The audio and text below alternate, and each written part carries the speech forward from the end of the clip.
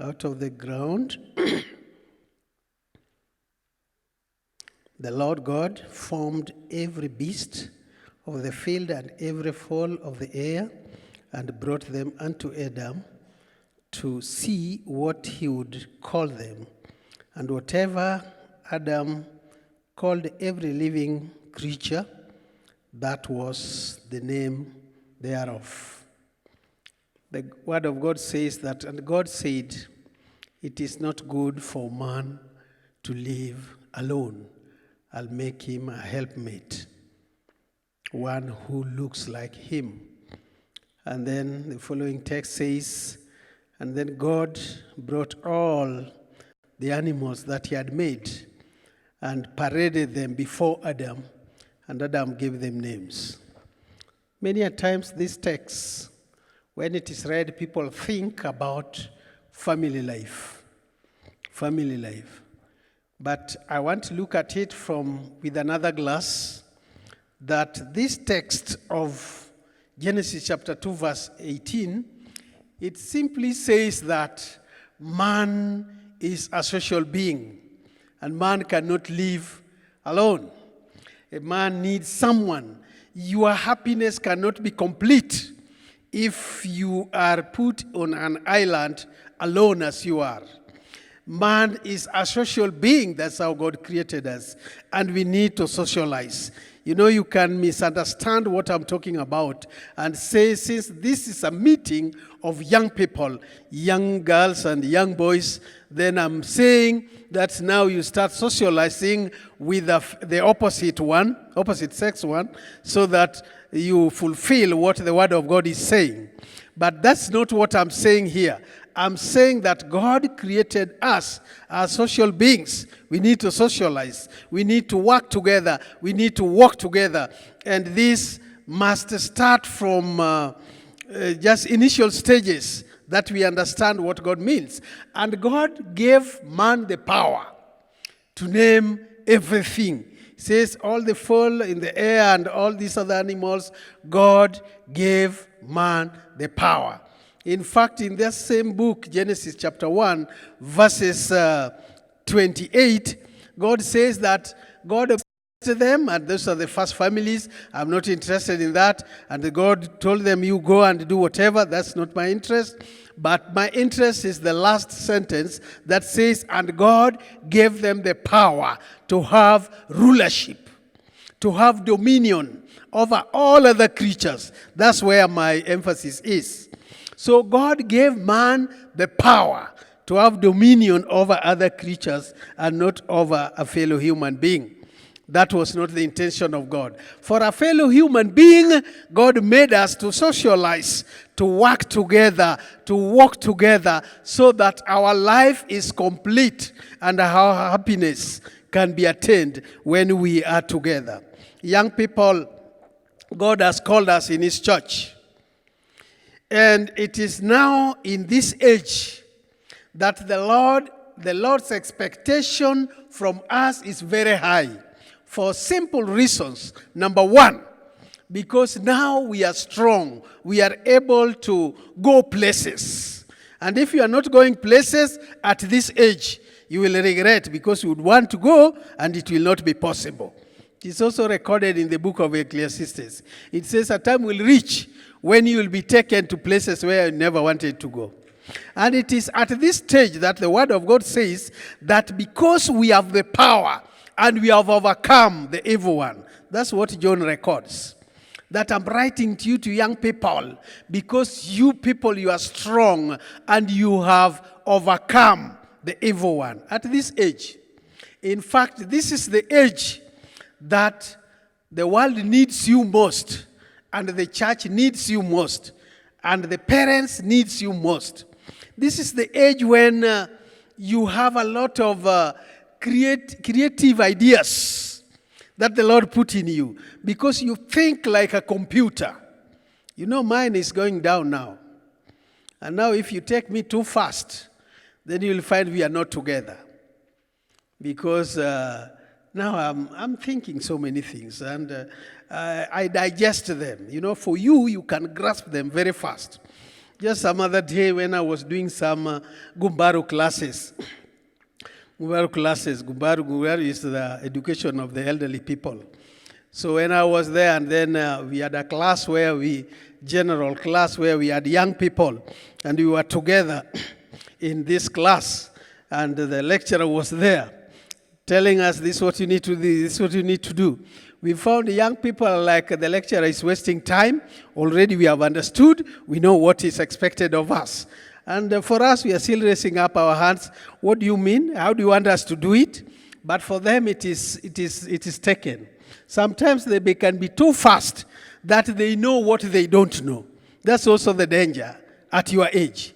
You can know what you don't know. And also at your age, you need to appreciate one thing. And I love this one. It's written by one of the psychologists. They are saying that what your father sees or your mother sees while she's seated or is seated, for you to see it as a young person, you have to stand up. If you sit where he's seated, you will never see what he sees. So if you want to see what he's seeing while seated, you have to do what? You stand up. And what he sees when he stands up, for you to see it, you must climb a ladder. And you need also to appreciate that, because that's how they are. They have seen. So out of experience, they can also be talking because they have seen more than what you've seen. But the fact remains that the energy to do, I plan big things, then now I put them to you to run with it. Because you have the power, you have the energy, you can be able to do it. I expect you to be able to go places where I cannot go. I expect you to be doing this thing, The other time we were doing a course in this IT thing. So for me to write even in my laptop, it's like a hand that is given the maize. So you just pick one. And this young person is just like this, and you wonder what's happening. So we go to a class, and then we are told, all fingers on the home keys, eyes to the notes. So home keys, and then eyes to the notes. And then we are told, now 1, 2, 3, start. Then we start. Then we are told, okay, stop. Now look at the screen, what you have written. It was a big shame. Big shame, because I look at it, all fingers to the home keys, though we had been taught the home keys, then eyes to the notes, and then you type. They don't want you to check here. For me, I have to check the keyboard, because it's just a finger. But for this ones, they do it. So at the end of the day, we are told, okay, now check what you have written. Now you look at the screen, and you see, then you are told, can you give yourself the marks? Because this is what you are supposed to type. And we are typing the same thing, but we are told all fingers to the home keys, eyes to the notes. Then we are told, okay, now can you give yourself the marks? What you have written. I look at it, even myself, I would give myself 1 out of 100. And it was justified, because that's what I did. But these guys, you are good. So that energy is what is expected you to do God's work. And as we go for this seminar, because this is not my day, I just wanted to remind ourselves that God made us to socialize. Number 2, to have the power over other creatures and even name them. That is the powers that you have, and please don't underrate what the Lord has given unto you, and may God bless you. Can we stand for a word of prayer? Father God, we are here and we want to open up our brains that, Lord, this morning may be used in a manner that will bring glory and honor to your holy name. We want to thank you, Lord, because you have called us. We want to thank you because you have planned with us.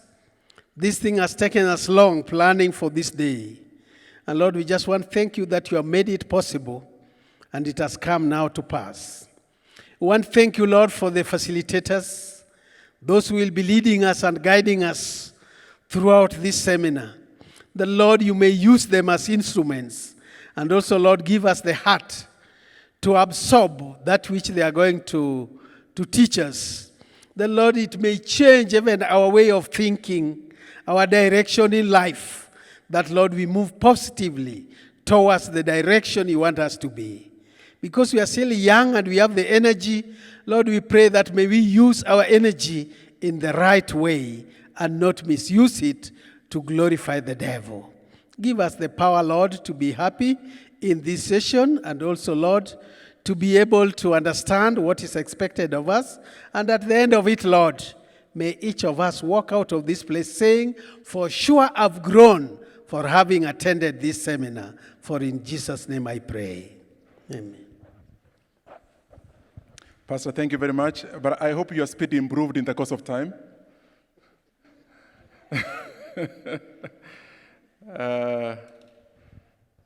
One time,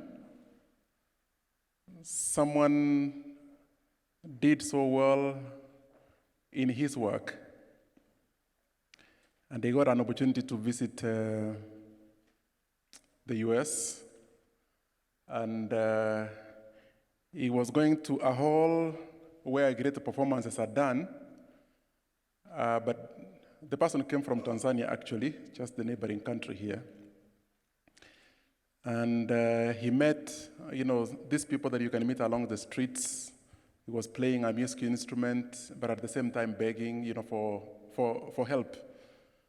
And the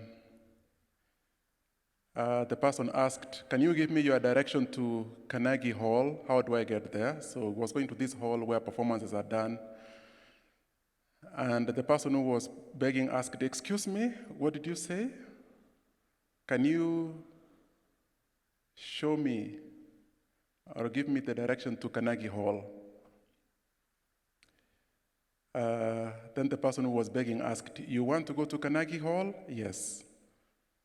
If you want to go there, you must practice, practice, and practice again. I know you don't get it yet. What the person who was begging understood is, how can I merit to go to Carnegie Hall where I should perform like the stars? He was asking for direction. But the person by the roadside is telling him, if you want to go to Carnegie Hall and perform like the rest, you must practice and practice and practice. Which means Carnegie Hall is not meant for everyone walking along the streets, even when you know your way there. Pastor, practice, practice. I know that I have 10 minutes to make short remarks, but in the interest of time, I'll probably take a shorter time. I want to do something very quick. Sam, please come. Elder Granda, can you please come? When you are a facilitator, you have the space to, you don't harass people, you just consulting. Let me see who else I can call. Janet, come. The reason why I have called my elder here, I have a very long history with my elder. It's very, very long. If we started talking about it, it will take the whole day. But people need to mentor people. So elder mentored me when I was getting into eldership. I actually refused because I was very young. I was not even 30 years yet. And I said, if you have people like Elder at church, why should I be appointed to serve as an elder? The rest is history, because there were people to mentor you, okay? And now we can stand here together. Janet, I just want to ask, when you look at the age difference between Elder and my sister Janet, of course you don't know the age difference, right? And normally, ladies don't declare their age. But Janet can tell us the age bracket. You know, age bracket is to say, I am between 25 and 30.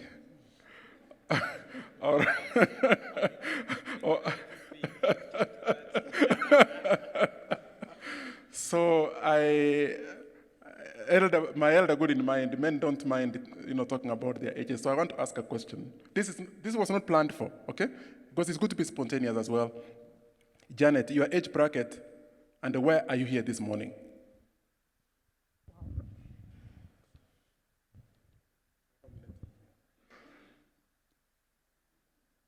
You can make the age bracket wide. My age bracket, between 24 and 27.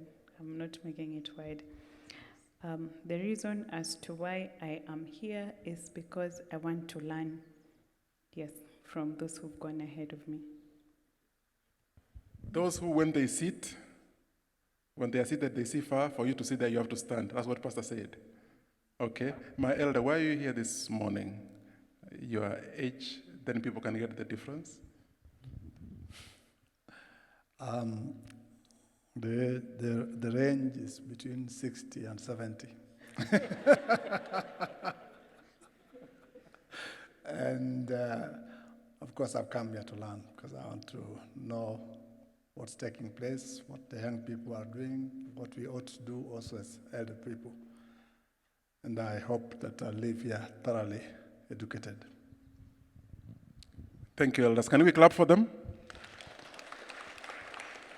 The reason why I have started this program like this, and you see I'm not standing up there, which is a high place, is at this level I become a bit more accessible to you, and I'm informal. And the reason why I called Janet and Elder, and thank you for the concurrence in terms of the response that has been given, is that in life, we never stop learning. Actually, if you stop learning, you will become irrelevant in the business that you do. So, Elder, I am very humbled that you are actually here to learn this morning. I was very humbled to see you in the audience, through the screen when we were in Pastor's office. And this should be a challenge to all young people who are here. As men, we have been running a mentorship program here, and the ladies as well. And there are some young people who I have heard saying, I am not coming for the program because I know everything. When I was told that, I said, probably the one who has said that actually doesn't know very much, knows very little. So if my elder is here to learn, and the age bracket is between 60 and 70, and the age bracket of 25 and 27, so if you get the average of that, you can get Janet's age, then all of us have to continue learning in life. I want us to read a short scripture in the interest of time. From the book of Proverbs. It's a text that we know.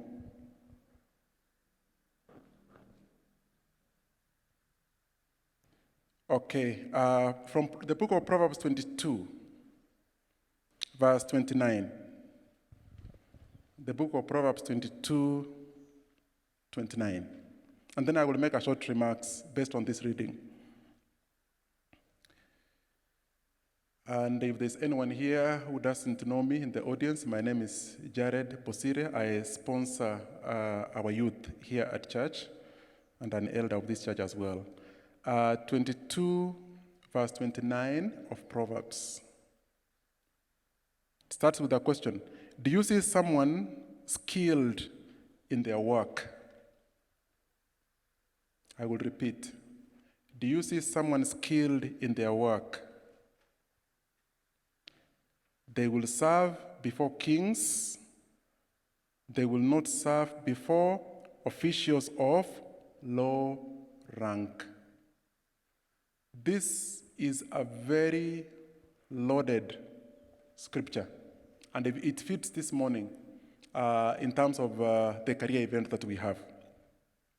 But this is basically what it says, that if you're working hard, and you demonstrate great competency and skills in what you do, your competencies, your skills will be rewarded. And you will get elevated to serve at higher levels. You will be soaring like the eagle, and you will not be playing in the league of chicken that are walking on the ground. It is the Bible that says it. That you will not serve before officials of low rank. Let me make a few, about 3 or so points, then I finish. I have always been of the persuaded opinion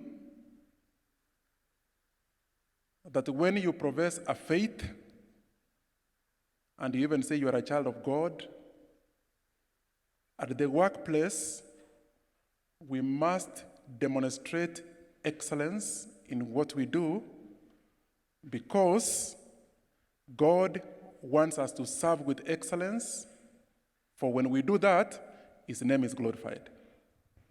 When we are in school, that we work so hard and we are excelling, so that our Christianity and our relationship with God is demonstrated even through excellence in the affairs of this world that we engage in. And the Bible is very clear that God wants us to be the heads and not the tails. And the Bible has spoken this morning that if you are so skilled in what you do, you will serve before kings, irrespective of your age. Are we together? Yes. Let me tell you, when you serve so well where you're working, I normally challenge people that work so well and make yourself indispensable at your workplace. Make yourself indispensable at your workplace, such that when the organization has to lose you, they will struggle, they will negotiate, and they may even give you a promotion or two because you are moving out because they want to retain you. If you are the worker who, when you want to leave, everyone says, it's a sigh of relief, good riddance, it should have happened earlier, then you are in trouble. Are we together? Work smart, work so hard, make yourself indispensable, distinguish. You know, if you are in a marketplace and you are selling a product, differentiate your product in the market. Differentiate yourself at the workplace and don't be like everyone else. And that is possible. And I especially believe that because of our relationship with God, God wants us to differentiate our work through excellence in performance at workplace or even in school.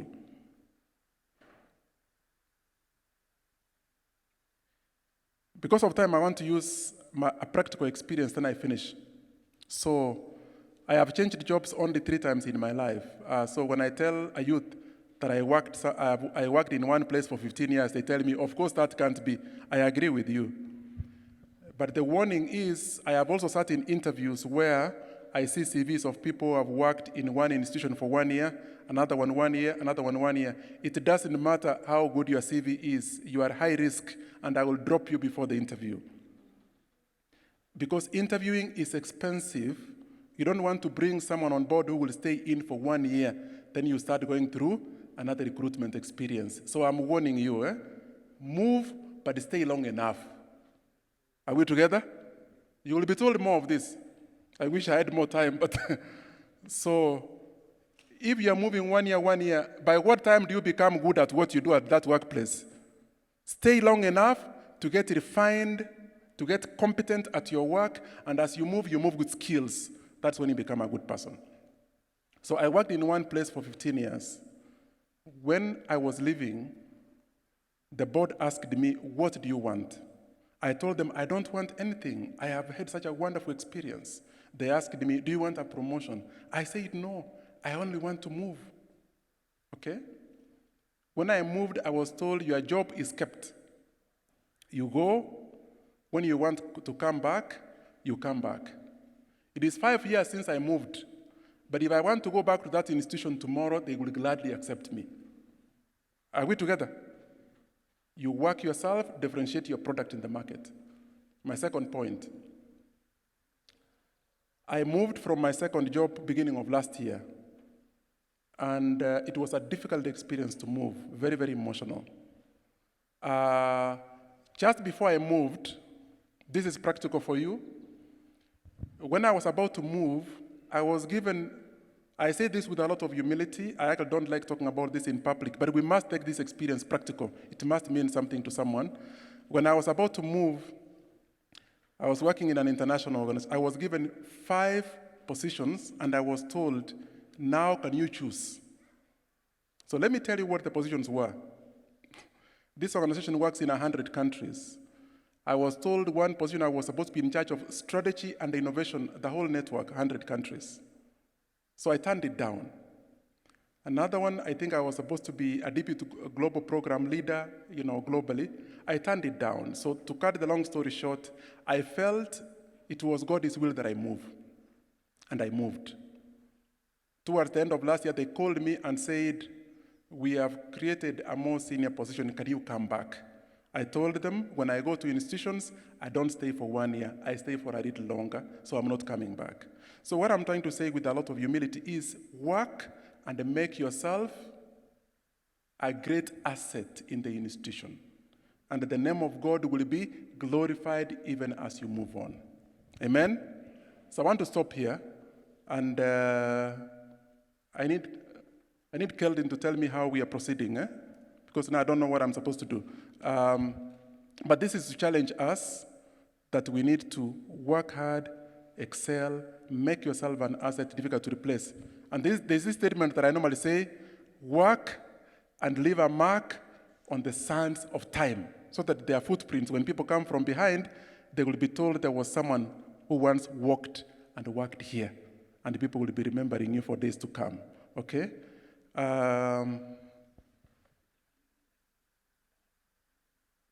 Now, because Keldin is all over the place, of course he's here for now, and I don't want to disrupt his being all over the place because he's in charge of things.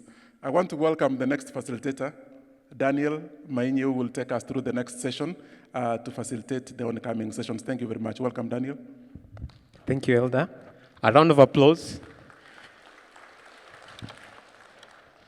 Thank you, Elder and Pastor. I think you've summarized what we are going to experience today, which is conversations around millennials and the future of work, trying to demystify the old myths and also try to adapt to the new changes in the market, and how can we do that. I think you've tackled a critical issue about millennials and working for 1 year, jumping to another job, working for another 1 year and jumping to another job. And I think it's a conversation we're going to have today, hopefully to try and understand what is the right amount of time before I can jump, or can I stay for 15 years as some of the speakers today are going to talk. They have stayed in organizations for 30 years, for 25 years. I'm sure you're imagining, how can I stay in my current job for 25 years? The people who've done it, how have they done it? And what made them rooted to those organizations for that long? So thank you for the introductions this morning and the devotion. I think it set a good stage for us to go to the next speaker. And as I said, today we are going to talk about millennials and the future of work. I'm sure Elder Sam is wondering what is millennials. We will try and demystify that today, and maybe to also understand how do you deal with millennials in the workplace, because I'm sure for your track record of 15 to 17 years in one place, somebody comes and tells you, I just want to work for 2 years, pay me so well, after that I want to move on to the next job, and you're wondering what's wrong with these people. So today we are trying to understand that concept, and I'd just like to introduce our guest speakers for today. We had 3 guest speakers. Unfortunately, Phyllis could not make it. She got a last-minute emergency that she needed to attend to. But we are glad that the 2 other speakers are here with us today. And I'm going to just introduce them and tell you a little more about them before they come. Our first speaker is Mr. Tom Olwero.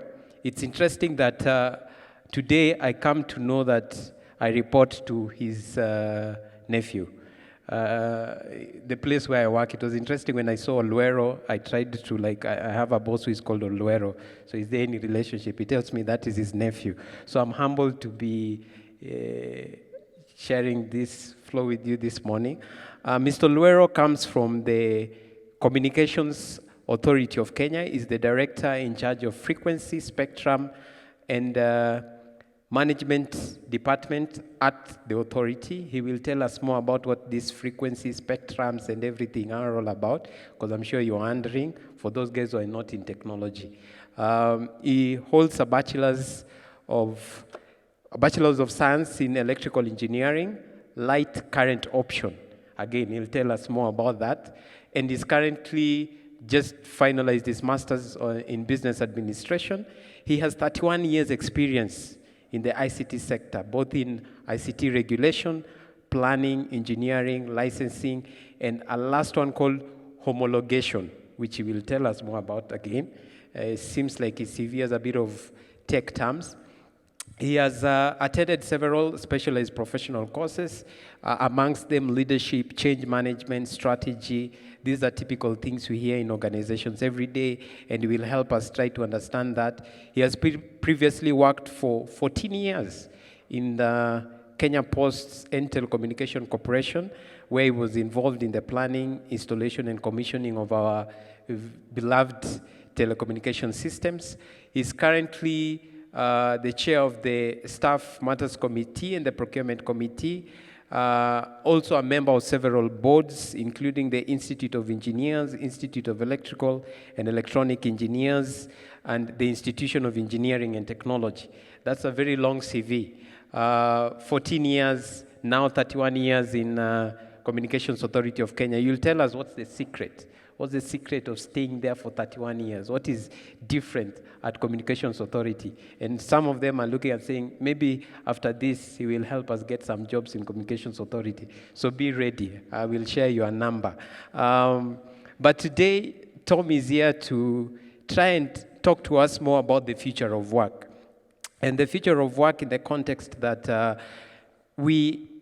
future of work is characterized by overlapping universes. Pre-moderns, we have the moderns and the postmoderns, yeah? So you're looking at the people who are there before us, we are here right now, and there are those who are coming, who are much more agile, more than us. You think you're agile? Go talk to your sisters, your brothers, the younger ones, who now know how to use a phone, certain features of your phone which you don't even know that exist in your phone, but they're already coming to educate you on your phone.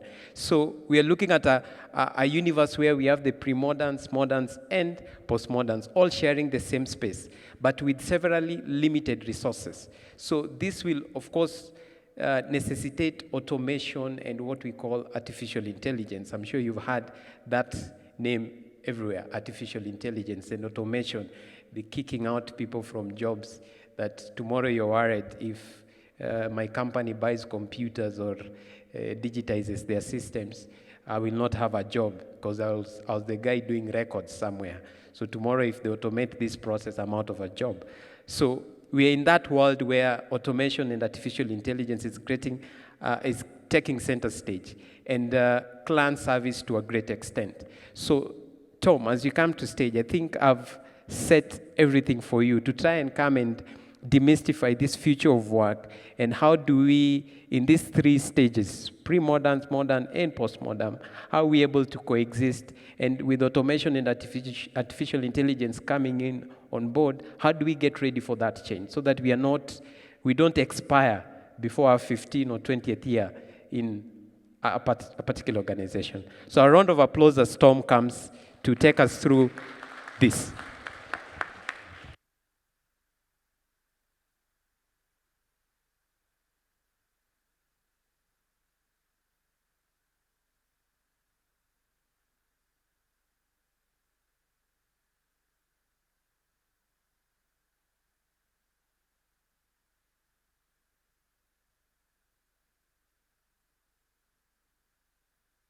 Thank you very much, Daniel. Good morning, young people. Good morning again. Yes, so I take this opportunity to appreciate the invitation to come and share with you what I have not been told by Daniel. How long do you want me to talk here? 20 minutes. Yeah, that's a short time because where I am, outside the authority, I do a fair amount of preaching, so I will not know whether I'm preaching or I'm talking, so you'll excuse me. Possibly what you could say is that as the Spirit leads. Would that be a fair assessment?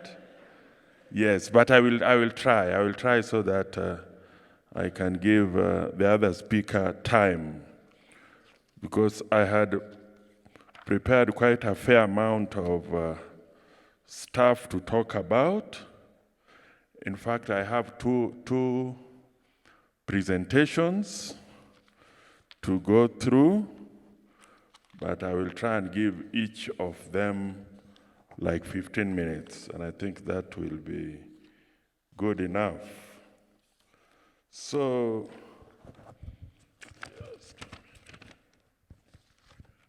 I think I needed to do a few introductions. My name you know. Here I realized in this church you talk about ranges. My age is 50 to 60 bracket. We are not going to be specific because we have to take a cue from the previous speaker. 50 to 60, number of kids, 5 to 10. I'm just following. Smallest in class 8, eldest 32, about to embark on her PhD, and I wish her well. Otherwise, basically, that's what I am about, and I'll start on the first presentation in the interest of time. The profile has been indicated, that's what it is, and I last changed job in 1986. That's when I went to my present employer. And I don't want to say I changed from Kenya Post to the authority because I didn't apply for the authority. When the World Bank recommended that there needs to be a regulator of the telecommunication and postal services, we seamlessly went over. So I don't think that's really looking for a job. We just went over. So those 32 years have been fulfilling, and there are no regrets. But it requires patience. It requires patience. Because as much as we joined at the graduate level, it's had ups and downs. But now here we are. We are retiring in the next couple of years. And we are surely going to retire. We are going to leave that for the younger generation to take it. I will not stick on that job. So the first thing I wanted to talk about is how to find joy in your work. How to find joy in your work. Since I'm in a church setting, I decided it would be good to just touch on this and quote some verses. I noticed also, Pastor also touched a few of that, like in Genesis. I noticed Pastor mentioned Genesis, and in my finding out, I found that really Genesis is about work. And we are talking about work here. Because even Genesis 1 verse 1, where it starts, in the beginning, God created the heavens and the earth. So that was some very creative work of creation. So this first verse in the Bible is talking about work. And then you find in Genesis chapter 2, verse 2, just to confirm that it was work God was doing, it says, and on the seventh day, God finished his work, which he had done. It's confirming that God was actually working. And he rested on the seventh day from all his work, and he repeats again, which he had done. So it was work God was doing, and he rested from that work. And this was creative work. And even hymn number 375 in our church hymnals tells us to work, for the night is coming. Work, for the night is coming. And this particular hymn refers to work actually 14 times if you count. So what I'm trying to say here is that work is honorable. Work is honorable. It's not just a drudgery. We have worked, and God worked while creation. So young people, we have to work. I've met a lot of young people who think, no, you don't have to work. You can do a deal and make 10M, make 20M. No, work for it. What you work for, you do not look round your back. You know you have worked for it as you are praying your God, and God has blessed you with what you get from there, and you are very comfortable. It might not be as much as somebody else's, but it is your work. It is your God. So you really appreciate more things than if I pull a first one on somebody here and start appearing different. So let's value work. And another thing is about when to work. We must work the works of him who sent me while it is day. That is John 9 verse 4, still talking about work. We must work the work of him who sent me while it is day. Night comes when no one can work. That's in the Bible. So work while you have time to work. It's going to reach a time when you cannot work. Ecclesiastes 12 verse 1 and 2 says, remember your Creator in the days of your youth, before the evil days come and the years draw nigh, when you will say, I have no pleasure in them. I have no pleasure in them. And verse 2 says, before the sun and light and moon and stars have darkened. Work while you can still see. They will reach a time when most of us will not be able to see, and that is not the time you can work. 2 Thessalonians 3 verse 10, if anyone will not work, let him not do what? Eat. Which means you have to work. There's no choice about it. If you don't like eating, then you'd rather stay without working. So work is honorable, and it's the justification to eat. I remember in the village, if you didn't work, when it reached time to eat, you were excluded. You did not work. Why are you coming around the table? And that will teach you next time when people are working, you don't hide yourself. And then, as I'm almost finalizing with this, in the course of the study, I found 2 texts in Proverbs that are almost exactly similar. Pastor, I had not known there are certain verses that are very similar, apart from the ones that just say amen. And this was Proverbs 6, verse 10 and 11, and Proverbs 24, verse 33 and 34. This was a discovery, because this one says, a little sleep, a little slumber, a little folding of hands to rest, and poverty will come upon you like a vagabond. Here is where they differ. One says, come unto you as a vagabond. Another one says, comes to you as a robber. And want will come to you like an armed man. So really, let's try and work. We do not want poverty to come upon us. If we are endowed with hands and with effort and with some knowledge to work, let's just work. And we are actually designed to work for joy. That's Genesis 1, verse 27 and 28. I won't read it. And what destroys our joy in work? It is in Genesis 3, verse 17 to 19. And there's also what restores our joy in work. 1 Corinthians 15, verse 58. And Colossians 3, verse 23 to 24. So I'll just finalize this small section by reading Ecclesiastes 9, verse 10. Ecclesiastes 9, verse 10. This is the final counsel here, which will get me on my 10-minute mark. It says, whatever your hand finds to do, do it with your might. For there is no work or thought or knowledge or wisdom in Sheol.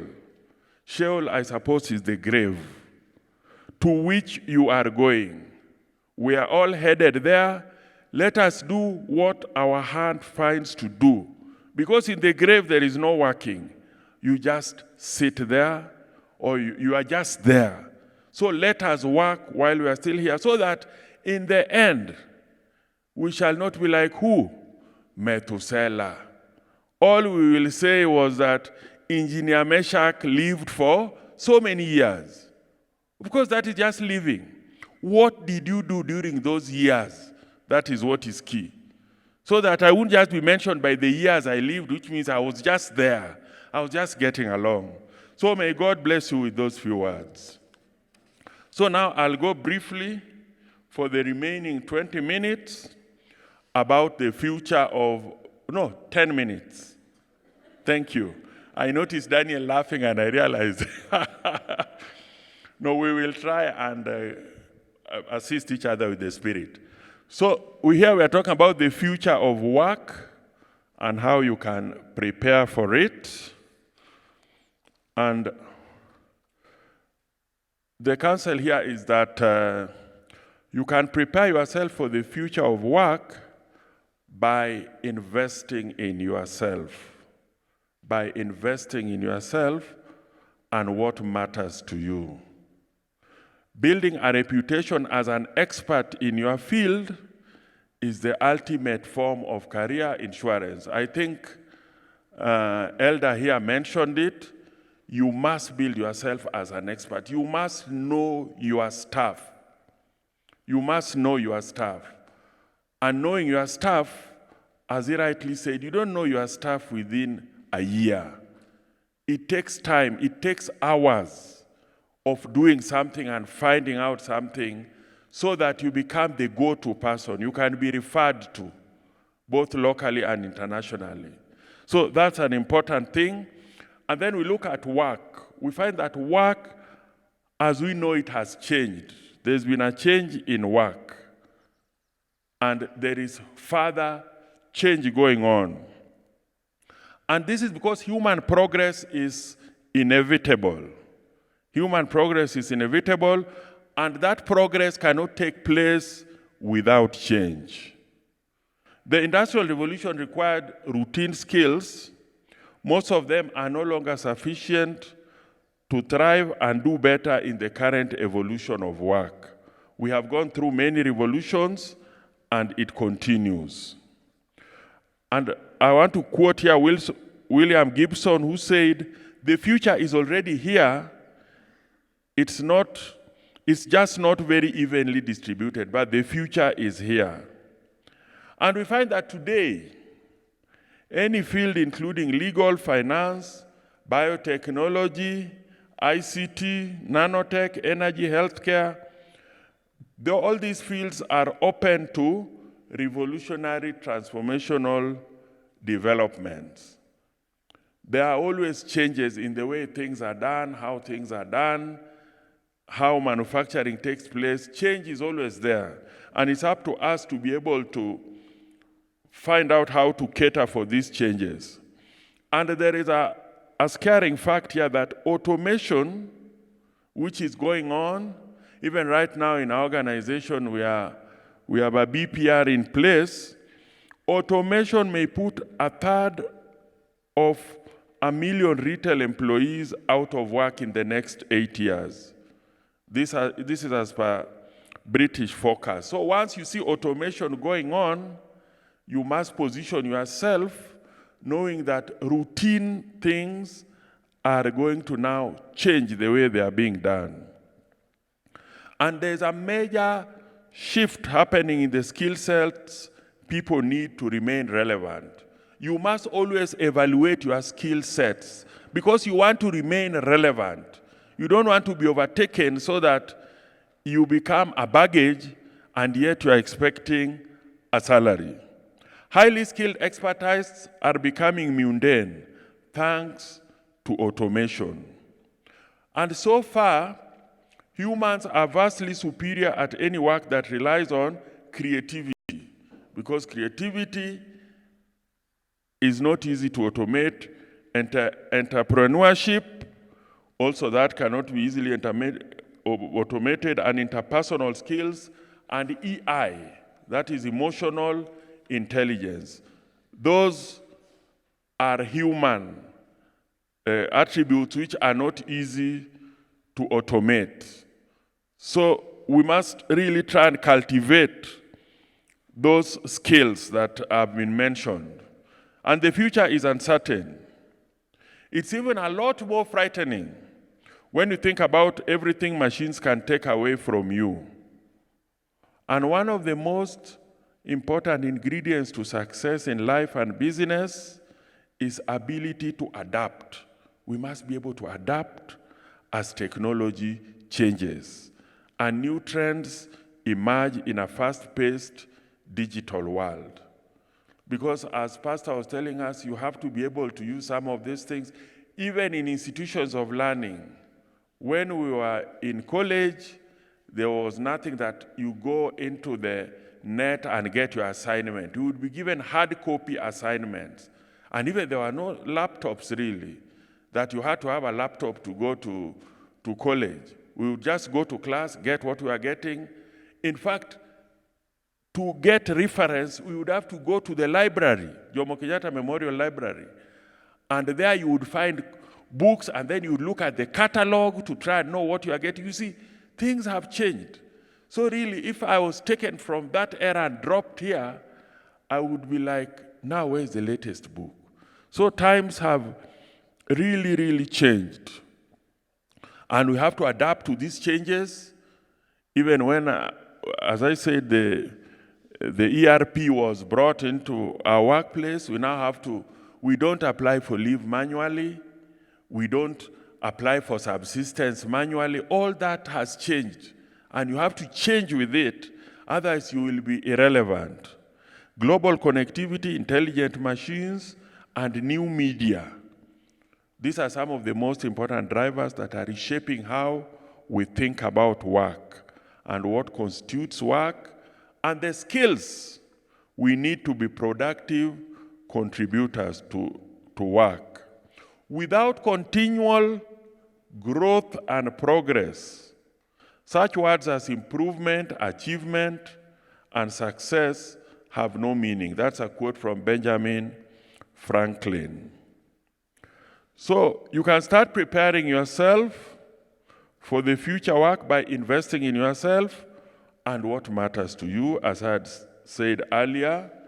Building a reputation as an expert, I had said that is the ultimate form of ensuring your career. So next we talk about the rise of the obsolete class. And another quote here from Ronald Reagan, former president of the US. And this quote is that status quo, you know, is Latin for the mess we are in. A lot of people who are concerned about the future of work have no idea what skills to study or master, because you have to know what is relevant. What do you need to go for? Nobody wants to waste time and money acquiring skills that won't be of use in the future. You have to look forward, get skills that will move you forward and that will be relevant. We'll gradually reach a period where some human skills will not be needed. Competing against robots is already a lost battle for humans.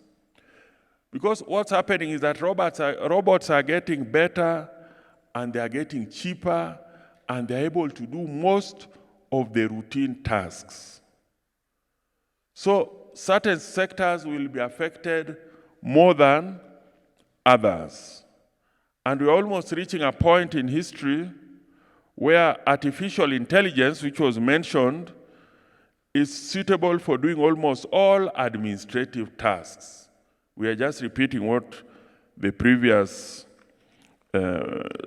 speaker talked about, AI.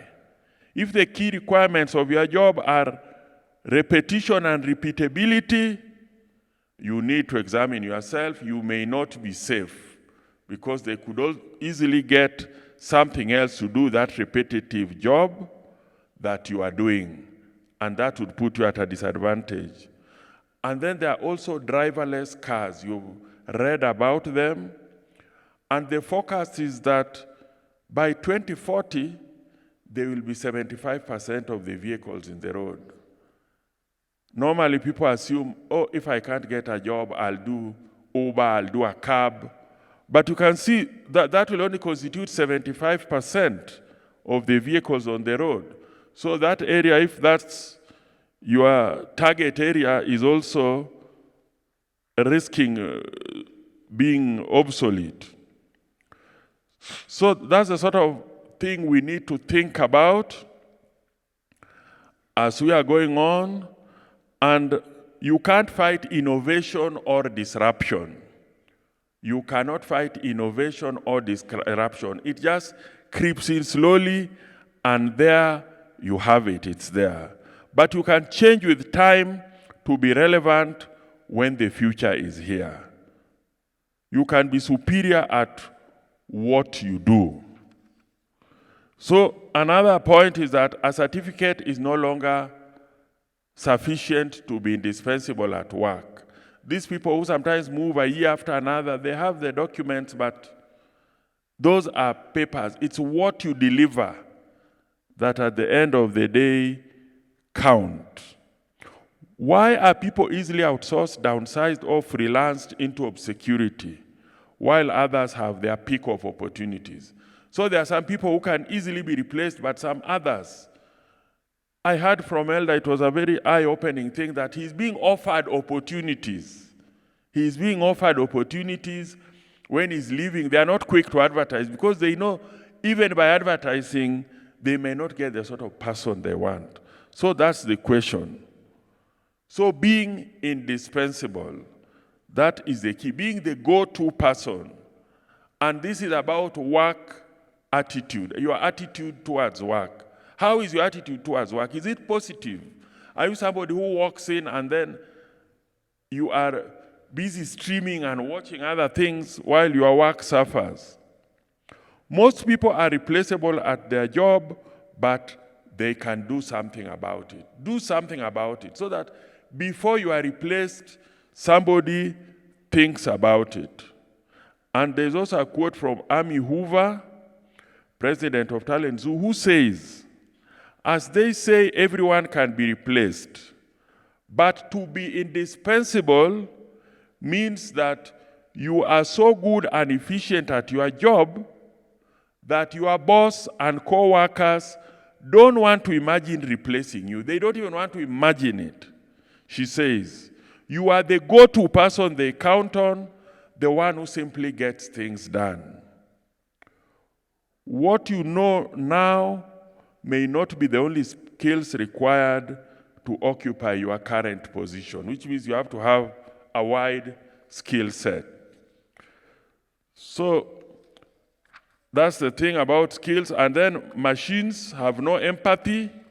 I've already talked about that, the robots, and how we really have to be. And then critical thinking. We have to have critical thinking. And critical thinking is a desire to seek, patience to doubt, fondness to meditate, slowness to assert, readiness to consider, carefulness to dispose and set in order, and hatred for any kind of imposture. So I won't spend time on that. Improve your virtual collaboration skills. That's also a point you need to do. And then adaptable is probably more important than talent. Being adaptable, being ready to change, accepting change and not resisting change. And Charles Darwin said that it's not the strongest of species that survived, nor the most intelligent. It is the one that is most able to change. So we are in an ever-changing world, and what mattered yesterday might not be worth a dime tomorrow. So we must accommodate change. And I'm almost done. Digital and media literacy, this is important. We are being told here about how certain phones are handled more adeptly by the young people. We should be able to move with the times, to be able to access information. Also, your creative intelligence skills are important. Creativity, that's why you find some mobile operators are ahead of the others. They know what people want. They know what sort of billing people want. So creativity must be there so that you can get market leadership. So finally, the question is it time to rethink your career? You need to start spending more time preparing for the future. Even when there are more important things to do in the present, and even when there is no immediately apparent return to your efforts. I think I'll pause it there. Thank you very much for being attentive.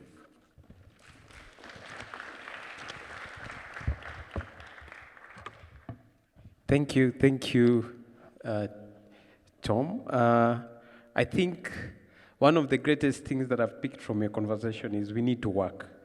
Yesterday I was listening to one of the talks, and somebody was saying, our generation right now, we are sleeping ourselves to poverty, where the young guys, we send CVs at night, then we sleep and wake up at 10 expecting the employer to have replied and inviting you for an interview. Then if they don't reply, you get mad and you start blaming God and saying, God, why? Yeah? But you know, you've spent 12 hours sleeping, hoping that somebody out there is thinking about you and they will respond to your email, not knowing that you have to wake up and actually go and work and seek and look for those people and have a conversation with them. So thank you for the eye-opener. And I think the members here will be asking you a bit of questions once we come to the panel discussion time. I would like to introduce the next speaker, who the name tends to be, it's a patented name for Lavington. So if he's not a member here, we might have to seek for legal teams to actually understand why. He's Engineer Kidenda. He's a registered consulting engineer, a fellow of the Institute of Engineers Kenya, and an associate member of the Chartered Institute of Arbitrators. He holds a Bachelor of Science in Civil Engineering from, they say you have to start with there, so it's the University of Nairobi, and a Master's in Science in Traffic Engineering from Birmingham University. He is retired from public service after 37 years of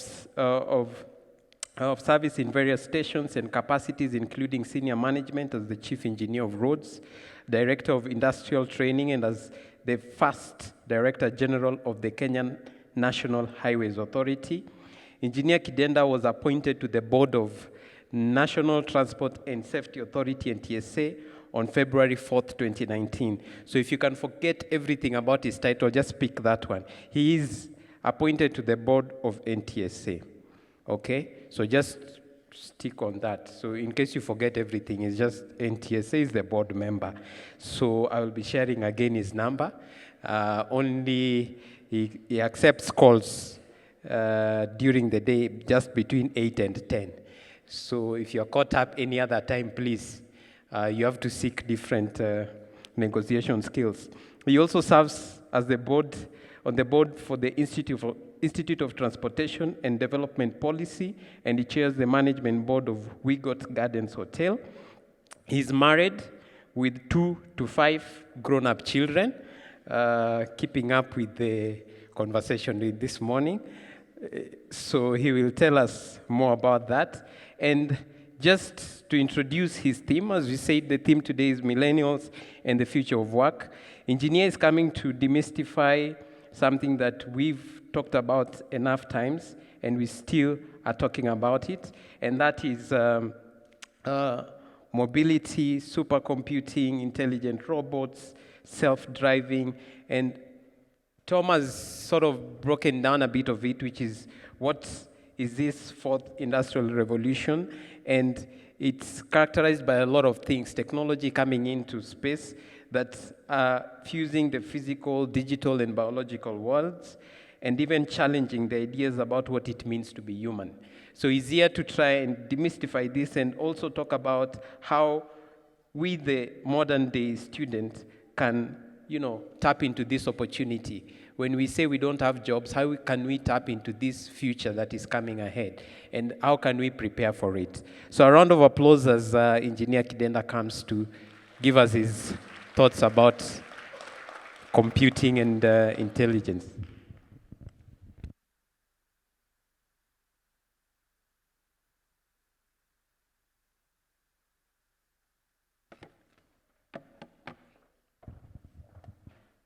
Good morning. Good afternoon. I'm on the verge of talking both in the morning and the afternoon. What you've been told I'm supposed to cover is a mouthful, and I think Thomas dealt with most of it. I probably want to bring you down to earth and say, can we survive? Can we survive in what we are seeing, what is happening around us? A lot of the things which I jotted down have been talked about. Pastor mentioned quite a number in his devotion.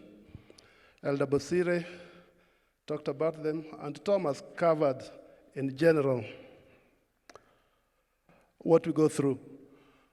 As I was having breakfast today, I was thinking about coming here, and I was jotting down what I would call disruptions, which Thomas have talked about. My age limit is the same as Elder Kidenda's, 60 to 70. That's why behind me I have 37 years of public service. And I was remembering growing up, what did we used to go through? I thought of the SGR. For us to travel to Mombasa or Kisumu those days, you would go to railway station, line up to buy a ticket. If you were well-to-do, you'd book your ticket with bed and breakfast. Because the journey to Mombasa was overnight, and if you could afford it, you'd be given a compartment where Kenya Railways would bring beddings for you to sleep as you travel overnight. Today, you can book your ticket to go to Mombasa while you're here, and you will not need the bed and breakfast because they've reduced the journey from 13 hours to 4 hours. And it could be better. One day it might be 2 hours. That's a disruption which came. It's progress, but disrupted a lot of things. These guys who are providing you the bed, the guys who are cooking the dinner and then the breakfast, they had to look for other things to do. Tom worked in a place which also had a sister called Poster. How many of you have received a letter through the post office in the last 6 months? 1, 2, 3, 4.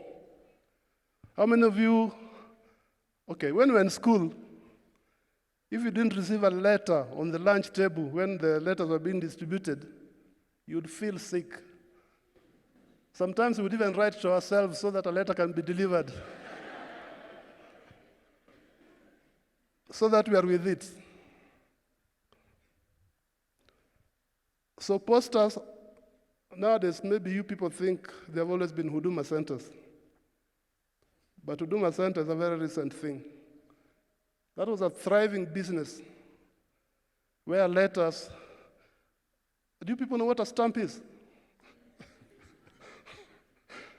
Stamps used to be issued every year, and there were stamp collectors those days. I don't know if they're still there. But that's the disruption. That's what we are talking about. So some of us, when we were growing up, said, I will work for Posta. I want to work for Kenya Railways.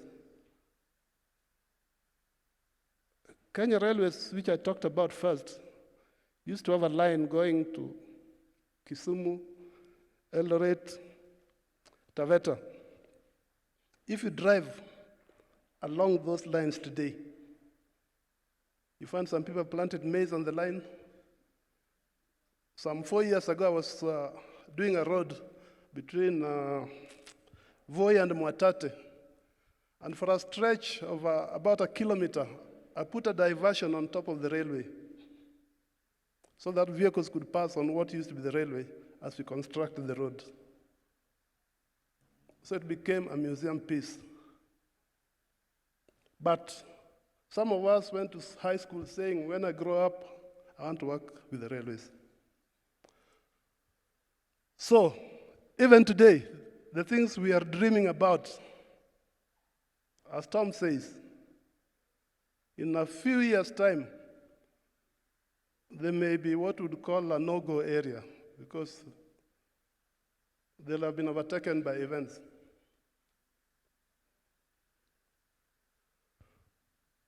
But it's not that all these things are bad that they happened. They were overtaken by technology, by innovation. And what some of us as parents, the problem we have with some of you who are the young people, I think I look around and I can associate with you with the young people. 60 plus, 15 to 25.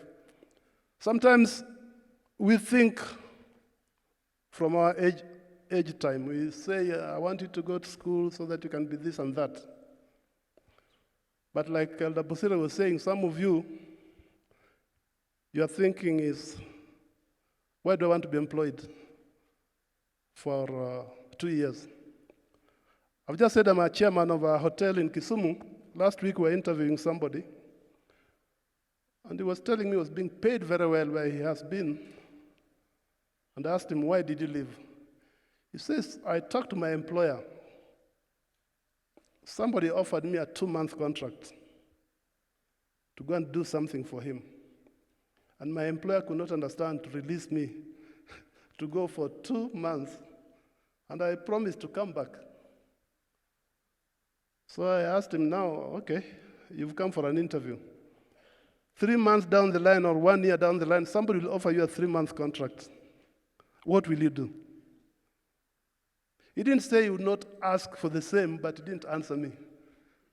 If he wanted the job, he would have probably told me, I've learned my lesson, I'll not do that again. But these are the people we are dealing with. Your outlook to things are different. The conditions under which you operate are also different. We've just been told that whatever you do, do it with all your might. The Bible says that. Whatever you do, do it heartily as if you're doing it for God. Well, you can also do something for God for 1 year and move on. But do we want stability in our lives? So career is a choice. You choose your career based on a passion you have, based on interest, sometimes on guidance, sometimes I want to be like so-and-so. You look at the outside and you think, if I was like so-and-so, I would be well. You have to work at it. You have to develop yourself. Tom has already covered that. You have to do something which you enjoy, a passion. If you don't enjoy sitting in an office and you go looking for a job where day in, day out, you do routine sitting in the office, you'll probably not perform, you'll not enjoy it. The career is to enable growth. You grow, but you also serve. Career is not just for yourself that I am a career X, Y, Z. Not just for you, you have to serve. And our target should be to go to the top. Why go into something where you don't want to reach the top? Assist others, eventually be a mentor. Tom was talking of the go-to man. If people want to know, how do we do this? Can you be there? Can somebody say that you are serving God and serving the country where you are? Can somebody separate the service you're giving yourself and see that there's an element of serving the nation and serving God in what you do?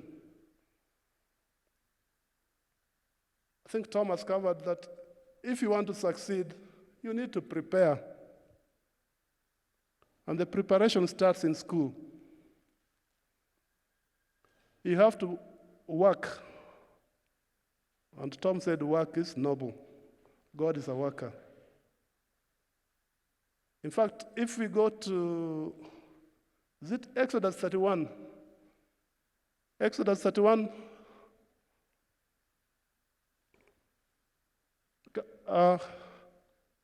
Okay, we go to Exodus 31. I like it because we have a situation where God is speaking to Moses. What does he say? Then the Lord is saying, see, I have called by name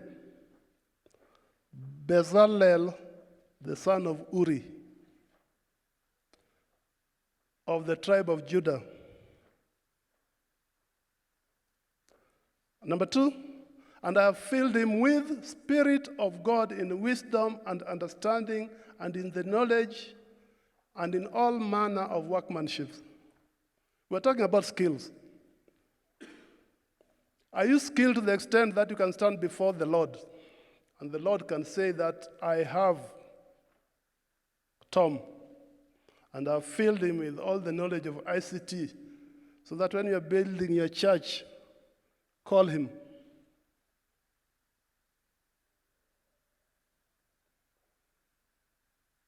So when we say that what you do it as to the Lord, it comes to a stage where the Lord can actually pick on you and say that as we are doing Lavington Church, the contractor to finish it is so and so because I've filled him with the knowledge.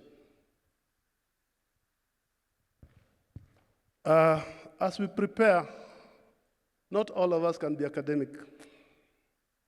There are things which require that you read and read and read. But there are also other things which require maybe creative arts, maybe sports. These are also opportunities where we can excel. And you can see people who have excelled. So some of you, what I was saying is, when we talk to you sometimes, you can give us an example, but so-and-so didn't go to school and is doing very well. It's a common statement we get from the young people nowadays. Zuckerberg didn't finish his degree, but is Facebooking you people all over. Bill Gates was being awarded a degree somewhere recently after making billions, because he also decided not to finish. But here we are telling you if you don't finish your college, then you are done. So things are changing, opportunities are there. You can say you want to be like Lupita Nyong'o because you are gifted. But if you read about her, you might just find she went to Ivy League University. And that puts her on a pedestal. She can argue her case out. Footballers, there used to be somebody called Ebue, I think he's from Ghana. Those of you who follow football, have you heard about him? He was playing football, earning millions. And the other lady, called her a wife, who was the sole signatory of these checks he was getting in football. He's now begging in the streets out there in Europe. Because everything he had, this lady transferred to her name. So even if we follow these other channels, I still want to say that it is good to work hard in school, get the basic knowledge. Even if you're going to be a boxer who can manage your funds. Don't box and then at the end of the day, the money you've earned through getting blows is taken by somebody else. So let's aim to serve God, to serve the country, then serve self, have your spouse and family also do well. Decisions we make in career, guided by belief. So when you choose, what do you believe in? You're offered to be a general manager of a brothel, will you take it? Paying very well. We say we have a chain of them, Koinange Street, we'll give you 300,000 per month because you're good in accounting. Will you? Honor and glory for success you get should go to the Lord.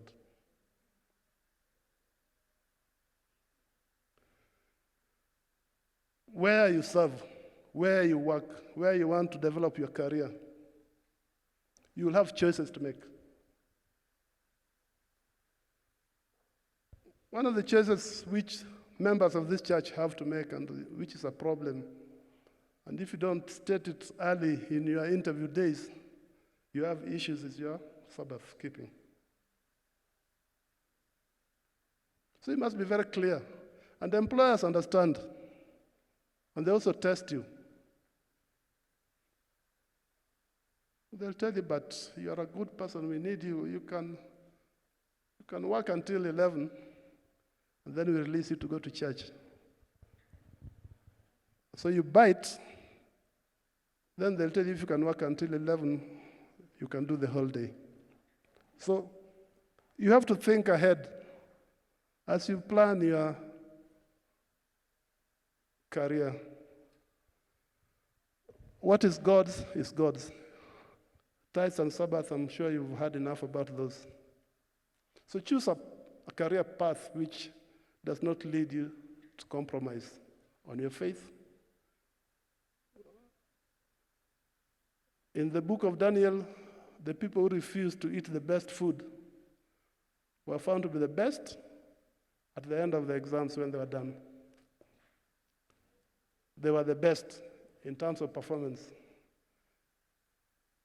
So, but important, whatever you are, if you are a Christian, if you are a good man, be a good man both at work and out of work. Let's not have duality where in there you are very good, out there you are something else. Can somebody give a testimony about you? Can somebody say, hey, there's something about this guy? As you plan for your career. So work hard. There must be effort. Excel to be an example. It's as if we sat with Tom and all the elders here to pick the words. And I'm saying be willing to go the extra mile. Accept challenges. Explore. Be adventurous, even, especially when you're young. Before you are tied down with kids, and if you're told go and work in Mandera, why not? Take advantage when you're young. So that when the time comes where you now say, I want to resist, I want to stay nearby, you can also argue that I've served in all these areas. Be the best you can be. Don't compromise. After all, as children of the King, you are destined for the top and not the tail. I think somebody has already talked about that. Is it Elder Bosire who read Proverbs 22:29? Where do you want to stand? Do you want to stand before the king or some lowly fellow? You can decide where you want to stand by taking what Thomas said, improving yourself, developing yourself, doing your best, aiming to be the best, the person to go to, keeping your faith, and growing so that you become the mentor, the person people go to. So when the MD is looking for somebody, they say, hey, there's a young man who is organized, who answers questions well, who is always on target. Be a person who can stand before the kings. How much time do I have? You know, after 30-something years, I can talk for long. How many more minutes? 2 minutes.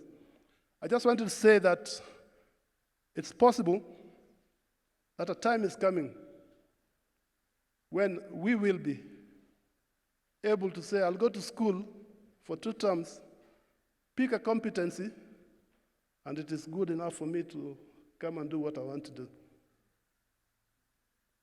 After 5 years, you may want to go back, pick another competency, and continue, because things will have changed. So there's a debate out here, competence-based education. Sometimes you may carry too much. especially if you are a man on the skills line.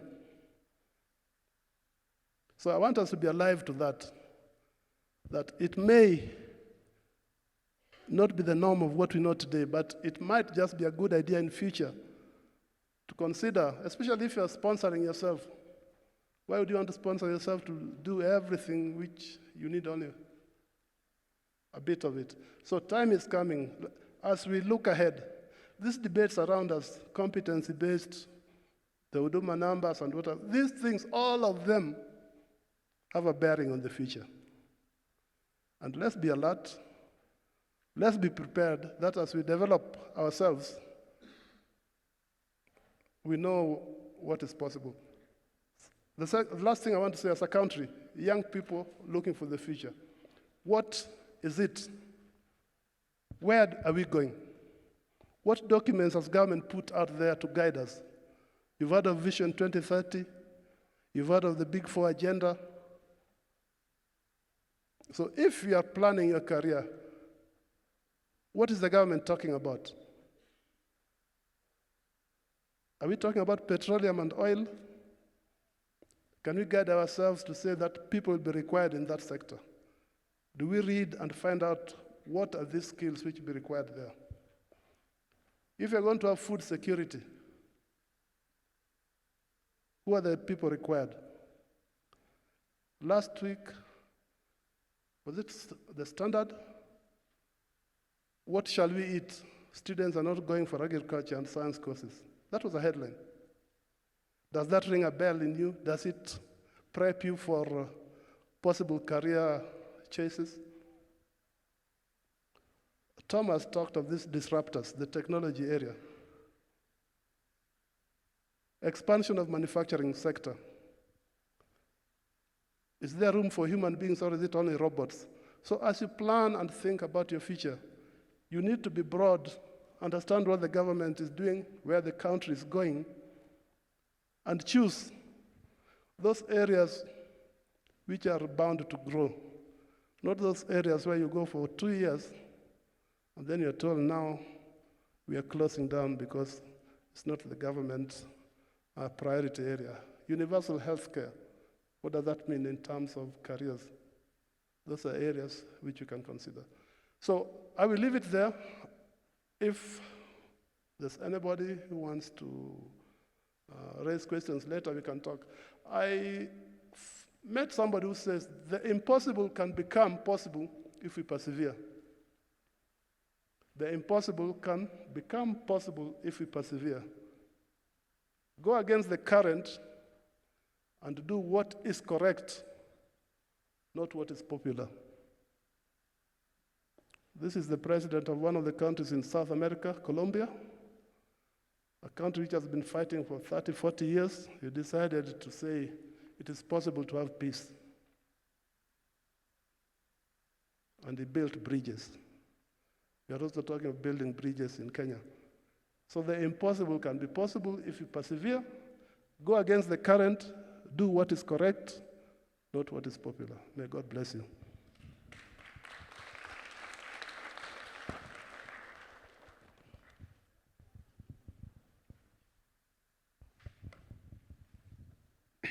Thank you, Engineer. I think it deserves another big round of applause.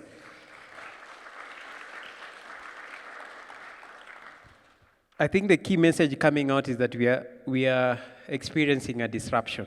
So if you're here thinking about what's my next move, think about what's going to happen in Kenya in the next 10 years and strategically position yourself for that.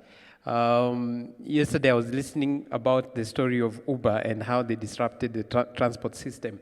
And right now we have all mannerism of transport companies flying all over. We have Little Cab, we have Taxify, we now have Safe Border and everything, just replicating the same thing they are doing. And somebody was questioning what's the next move, because Uber cannot survive in a market where now Taxify has come in and cutting discounts everywhere. So they have to think about what's the next move. And if you look at part of their strategies, how can we start bringing in, they're called Hoovers, the ones that now you'll be transported from the top of Upper Hill to the top of Westlands, then you can come down the stairs and walk to whatever meeting you're having. And that's the disruption. So do you want to be part of that, or do you want to start your car business now and do the same thing they're doing right now?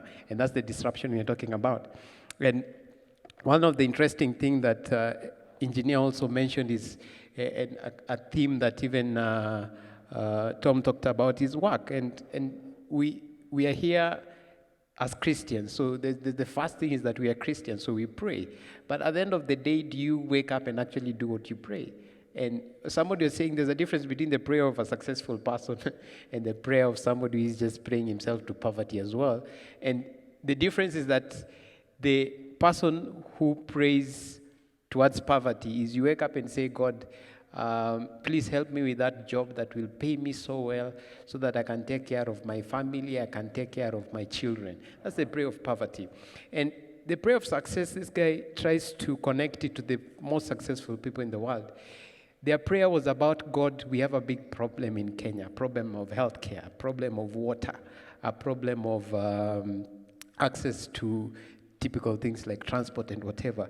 God, give me the wisdom and the ideas to be able to solve that problem. Because the day you solve that problem, wealth will follow you. Yeah? So the difference between the prayer of somebody who prays to poverty and the person who prays to success, the difference is that the successful guy looks at the opportunity and is able to wake up and go and do it. And something that engineers alluded to a lot in his conversation.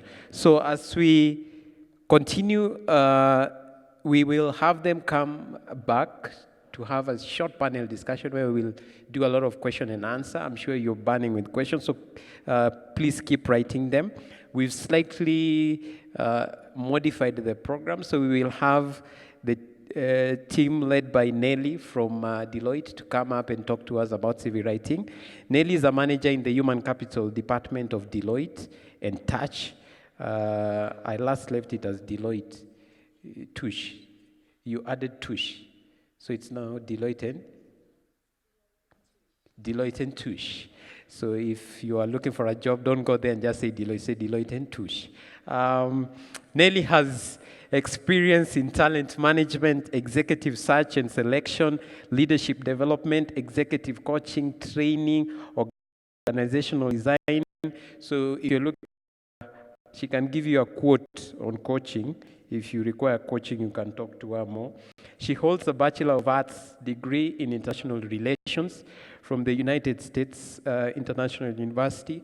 I'm sure you are trying to understand now, how does somebody do international relations and end up in HR? Guy, you know, and you're like, there, now they do the wrong thing in university, and she'll try and demystify that. Tom also talked about it. You know, nowadays, nobody cares about your first class. They use it to shortlist you, and after shortlisting, the question they ask you, they're not going to ask you about what type of robots you used in your last project. That's not the question they will ask you. The question they will ask you is the one engineer asked this person. So you went for a 2-month job. Now, if you come here and you get another 3 months, will you leave me dry and high? You know, those are the type of questions they will ask you, and you'll be like, but I got a first class. They should have asked me, how did I end up getting my first class? Nobody's going to ask you that. So, Nelly, please, the floor is yours. We would like to know about how to prepare our CVs. Do we write all our names? Do we say we are married on our CVs as well? The people who argue that you should not say your marital status, do not put your picture on your CV. So please come and help us demystify these CVs and interview skills. A round of applause as the Deloitte and Tosh team comes. Thank you so much, Daniel. Good afternoon. Daniel, how long do we have? 20 minutes. I'll use 10, my colleague will use 10. So my name is Nelly. He's said all about me. The good thing, or the interesting thing is, I do nothing to do with what I did at the university. So your first degree is really to get you that job, but the learning, the continuous learning that you do will get you to now specialize in what you want to do. So my degree has nothing to do with what I do now. Okay? We'll talk about that later. So we are two. I'm here with my colleague Maureen Waidima. She also works with me in the human capital. She'll come later to introduce herself. We'll do this presentation, the two of us, in 2 parts. And there is CV writing skills, just some quick tips on some blunders that we see as recruiters, and some interview skills as well. Some really simple blunders that we see that make you miss out on an opportunity that surely should have been yours. So we'll talk about that, so we can prepare you even as you think about attending those interviews. So I won't go into my profile because Daniel has already done that, but I'll just talk quickly about, because a lot of times when we talk about career, we think our education, we think our qualification, but I always tell young people, put God first, make God your partner. Elder Kidenda, I think, had stressed that beautifully, and there are put here, one from Proverbs 3:6, about trusting in the Lord all your heart and not leaning on your own understanding. That is even in your career choices.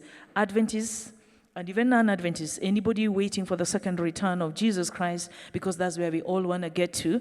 And I don't want to say that as we are Adventists, those who are in the Adventist church are the only ones going to heaven. Jesus has a way where he's going to bring us all together as a family into the truth before he descends to take us home. But for all of us Christians, it's really to put God first in what we do. It is not about my first-class degree, what I learned, and how bright I am, but it's about also recognizing that there's one who sits above on the throne that we need to give honor and glory to. And also about Jeremiah, that I know the plans that I have for you, declares the Lord, plans for your welfare and not evil, and plans to give you a future. A lot of times we think God is not part and parcel of our career. Even that interview you're attending, you need God in it. I'm not saying don't go to school and ask God to give you a job. I'm saying after you've gone to school and you've prepared for interview, know that it's all for the glory of one person who sits above, and that's God, our Father. So involve him in your plans. Invite him to plan your journey for you.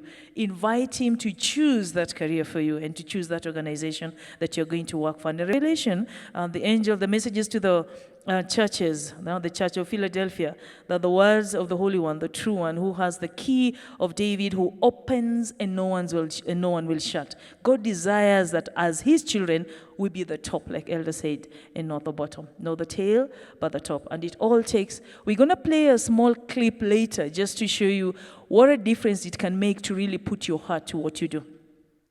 So as God's children, let's not be in organization or in the positions that God has given us to embarrass him or to shame him.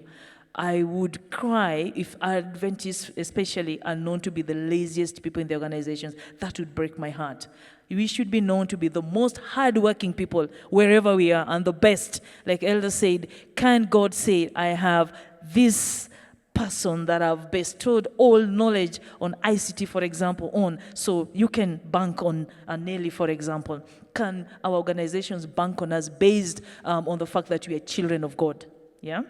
And then on Proverbs 24:27, prepare your work outside, get everything ready for yourself in the field, and after that, build the house. Don't just wake up and show up on an interview, for example. Prepare for it. Prepare for it. Put your thoughts together. Don't show up like you were called in the night and you dressed up. And sometimes we get that with candidates a lot. Candidate sits in front of you and a senior person, and the way they're responding to questions, you're like, do you know what it means to be before a panel? So prepare. It's all about planning. Look at creation. God planned his work. And we can only learn from the Father who created us. If he can take time to plan this life, why can't we take time to plan what we want to do as well? And so we are going to talk more about that later. So I'll invite Maureen to talk to you about what needs to be on your CVs and what shouldn't be there. And then I'll come back in with what you need to do when you're now before a panel when doing interviews. And I hope our young people will benefit from this. Thank you so much.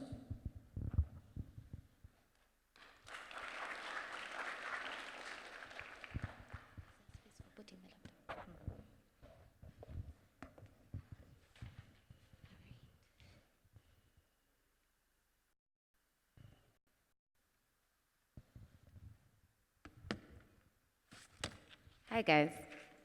Hi. So I feel like there's been so much talking, and you guys must be so tired of just listening and taking notes. So I want to make this as interactive as possible, and just to get a feel of the demographics, just so I can, yes, we have a presentation, but just so to structure the presentation, how many are fresh graduates? Just fresh off of campus, you're seriously spamming HR inboxes left, right, and center, all right? Yeah? All right. How many have been working for about two years? You probably got in as a graduate trainee. You've worked for about 2 years, now you have a bit of experience. You can, navigate a PowerPoint presentation. You can deal Excel a bit. How many? 2, 3 years? All right. How many are leading a team? You're a supervisor, you're a team leader. You have a couple of people reporting to you. How many? All right, okay. And how many are HODs here? Giving people sleepless nights, right? Yeah, so it's a good demographic. So we want to cover what is in a CV and contextualize it in terms of your job level, right? Because we want to look at entry level, what are we looking for? At management level, what are we looking for, and that sort of thing. But just to break down a CV, regardless of your job level, in a CV. So the things that basically do CV, if I'm to put it in segments, I would say 1, your CV must have your biodata. And it must have information that if I'm going through your CV and I'm considering you for a job, I should be able to reach you. So I should have your name. And these things are really obvious, but I'm telling you, real life experience, people put phone numbers, and it's a nightmare when you call that number because we happily shortlisted you, and the person who's speaking is a house help.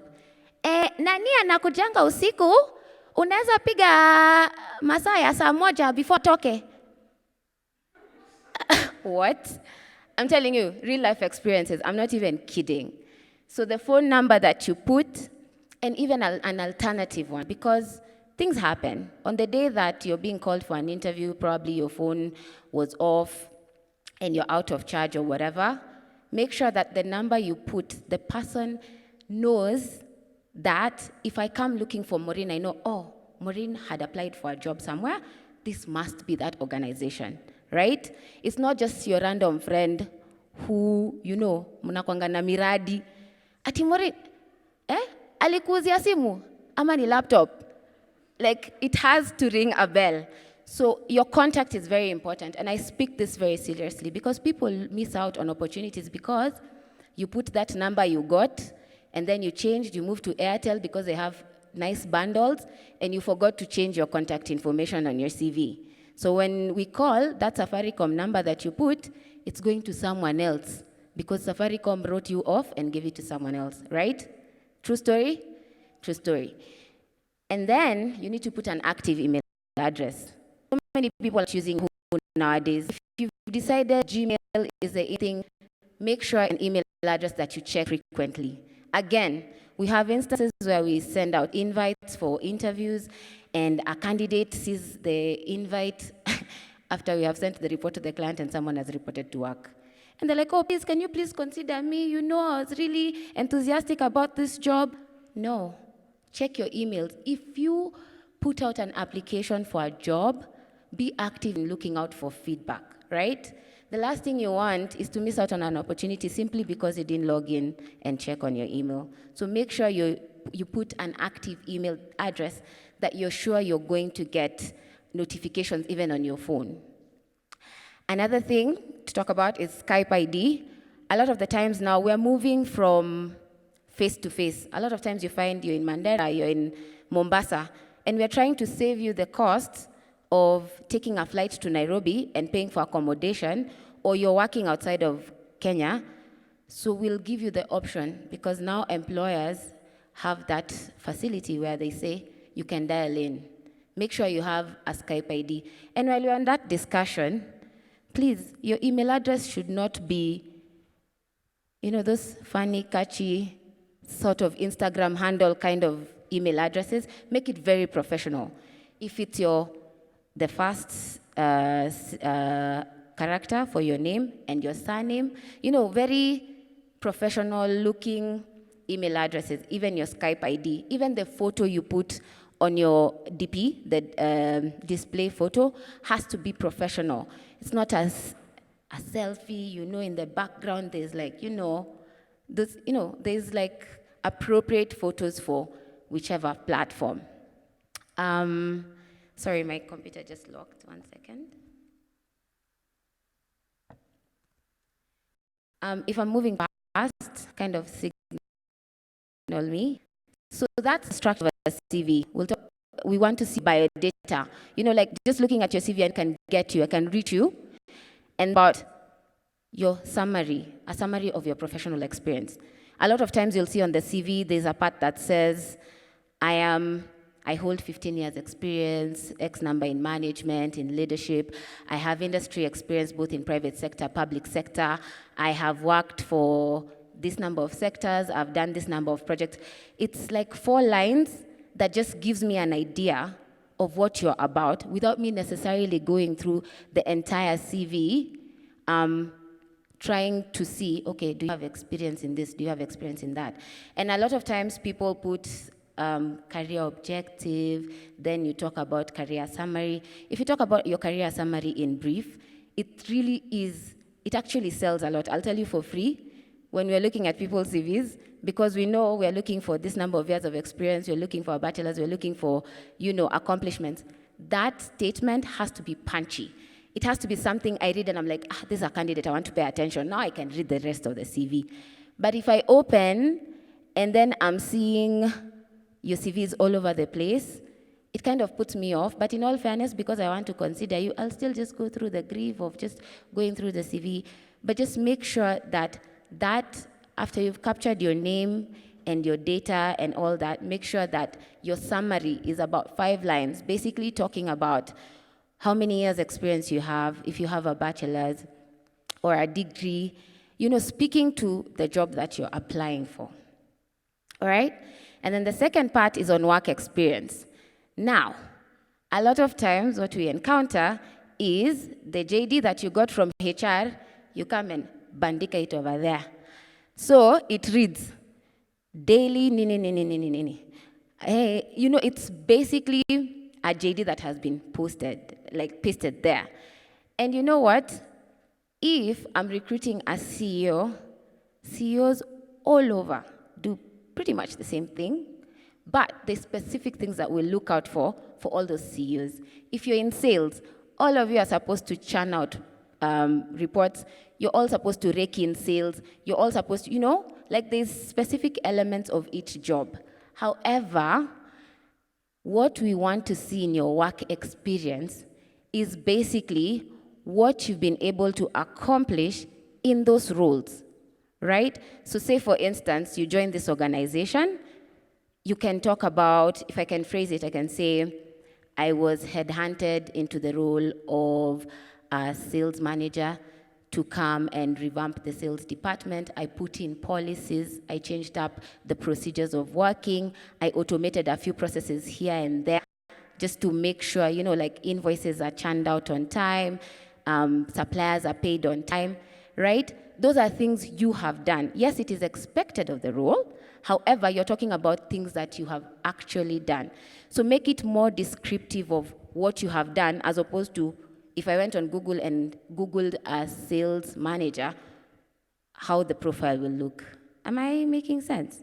Yeah? So make it very descriptive. Talk about, I came in and did this. So far, if you've been there for 6 months, talk about what you've been able to do in those 6 months in a way that speaks to the competencies of the role, right?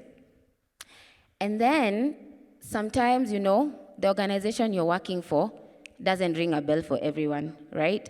So you might be working for a company that's not known.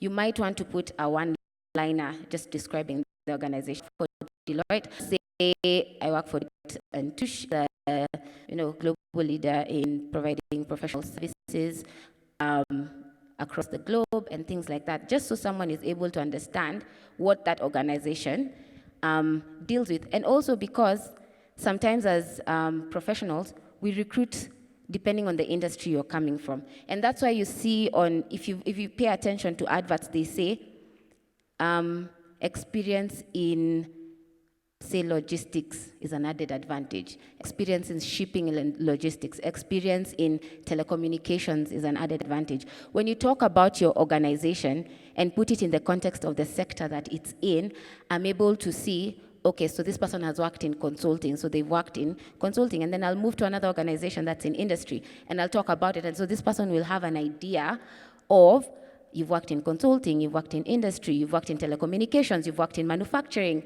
So I'm able to contextualize your experience in terms of the industries that you've worked for, right? And then another thing, your CV should be industry specific. What do I mean by that? If, say, you're an engineer, there's a specific way your CVs should look. One, engineers handle projects, right? So after you've talked about, the things that you've said are basic in a CV, and now you're talking about your experience, you won't start saying things like, I am responsible for this.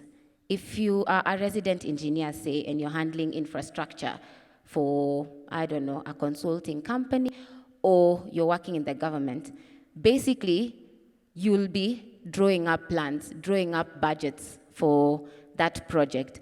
You'll be doing daily site visits, for example. You'll be doing monitoring. You'll be doing stakeholder management because whenever you're constructing a road, there's all these people who are affected. So you want your CV to speak to the industry.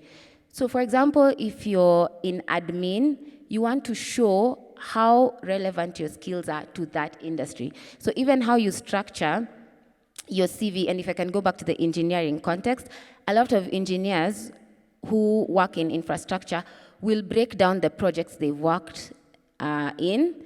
Say maybe I was resident engineer, Kakamega Highway, for example. This project was this and this much, and this is how long this project took.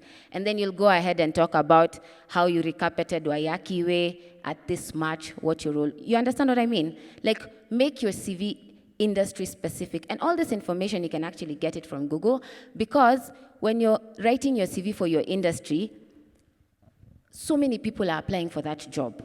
So many. I'll tell you for free, we handle public sector recruitments. We get thousands, and we get all manner of CVs. And you want your CV to stand out, because how your CV looks is the same way someone will walk into this room and you're like, hey, this one looks rough.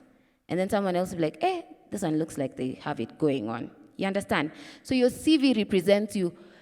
I can tell you for free, I have been excited to meet candidates without even seeing their faces. I see the CV and I'm like, this looks like a good candidate. So it's up to you to come and massacre yourself at the interview, but at least you got your foot in, right?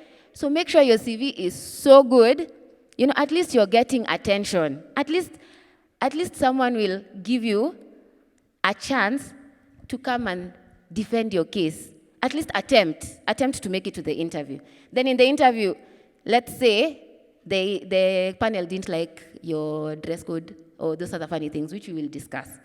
But your CV basically is supposed to represent you. And when you make it industry specific, you basically look like you know what you're doing, right? And then on the third thing, we'll talk about academics. Now, whenever you look at an advert, there's the purpose of the job.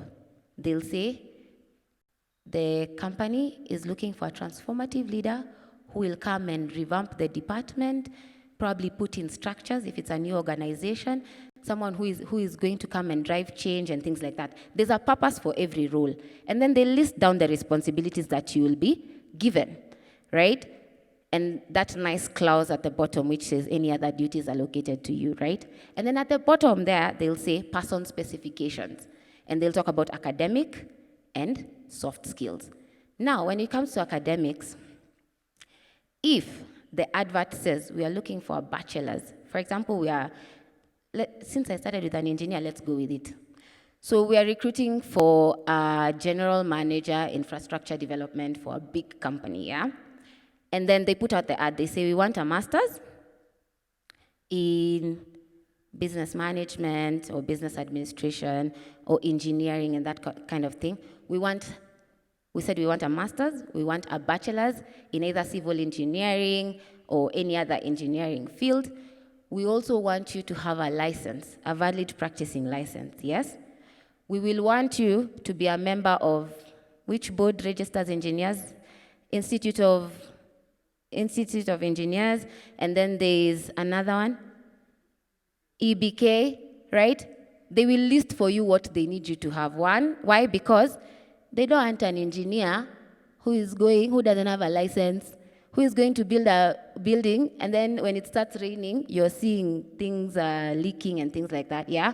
There's a reason why they want those specific things, and that is what you include in your CV. So, look at the requirements. They're saying they want a bachelor's. Do you have it? Tick. Indicate and put it clearly. Say, I have a Bachelor of Arts, or let's say I have a Bachelor of Science in Civil Engineering. You say the university you went to. Say, then you put a comma, you say University of Nairobi, and then you go ahead and say the year that you graduated. Right? So when I'm looking at your CV, I'm able to tell where you went to school, what you studied, and which year you graduated, right? So it's very easy for me to go through your CV and satisfactorily say, this person ticks my boxes, I'm moving them to the considered list. Okay. Another thing, when you're writing your academic and professional qualifications, there are these other nice ones we like to do for self-fulfillment, like first aid, like AIDS, communication, I don't know, you know, because sometimes we sit in a panel and literally someone is wheeling in a wheelbarrow of certificates, and we only asked for 5 or something like that. All those others are nice to have. However, those ones just keep for yourself.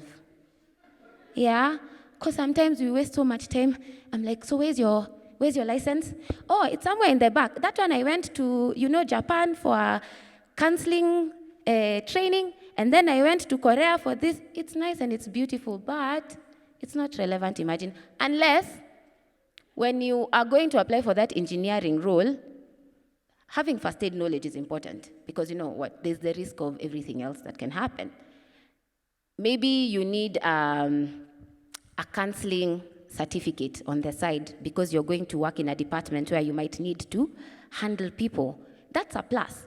So think about it in terms of, is this relevant to the role? When you're in IT, a lot of people in IT have all this CCNA, all those certifications. Those are good. Those you can add. So think about professional certifications and accreditations that are relevant to the role. Sometimes you find employers start paying attention when you have those. They'll be like, oh, this person has a higher diploma in this. Oh, that's pretty interesting. Not so many people pursue that. So it's a plus, but it has to be relevant, right? And then we'll talk about hobbies. How many of you write, I like listening to Lingala as your hobby? And Rumba? And watching TV? You can say you like watching documentaries. That sounds nice. But watching TV sounds like you're a couch potato. So it's about how you structure your words. I can tell you for free, you can write your CV in a way, it has nothing, but it makes you look so good.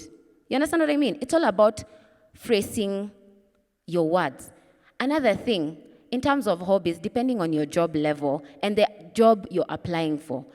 If, for example, you're applying for a job in an NGO, and this is an NGO that they're focused on, impacting children's lives and, stopping child labor. Like I was reading another day where there's a part of India where they mine a mineral called mica, and mica is found in a lot of makeup products. In fact, all the makeup products.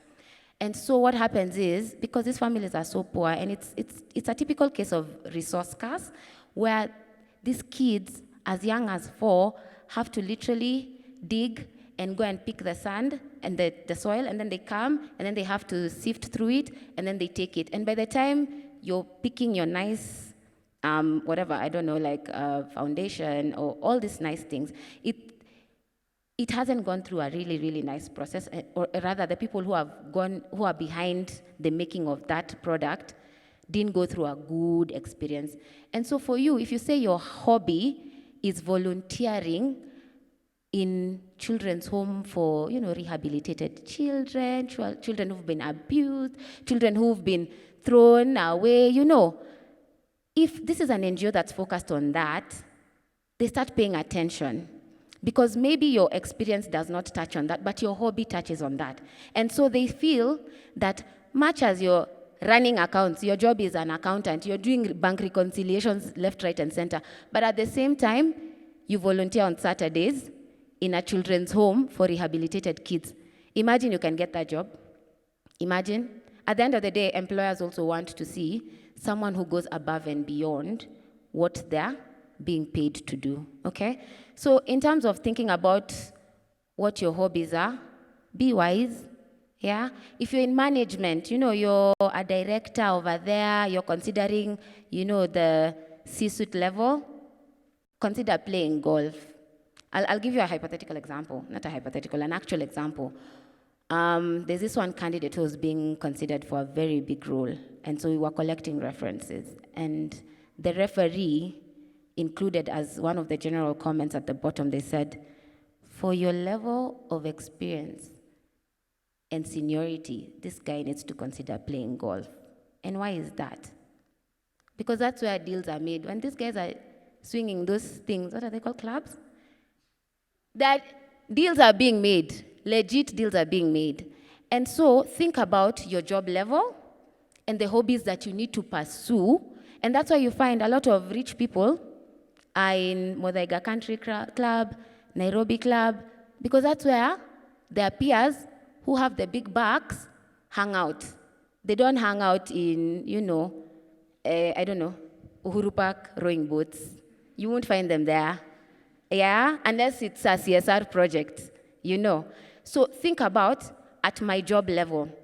If, say, you're in marketing, and there's an MCSK event, show up, even if it costs money. You can go to your boss and say, look, there's this event. I know the who's who of marketing are going to be there. People will be sharing ideas of the things that they're doing in their industry. I want to go and hang out with those people who are making big decisions. I want to be in that crowd. And you know what that does?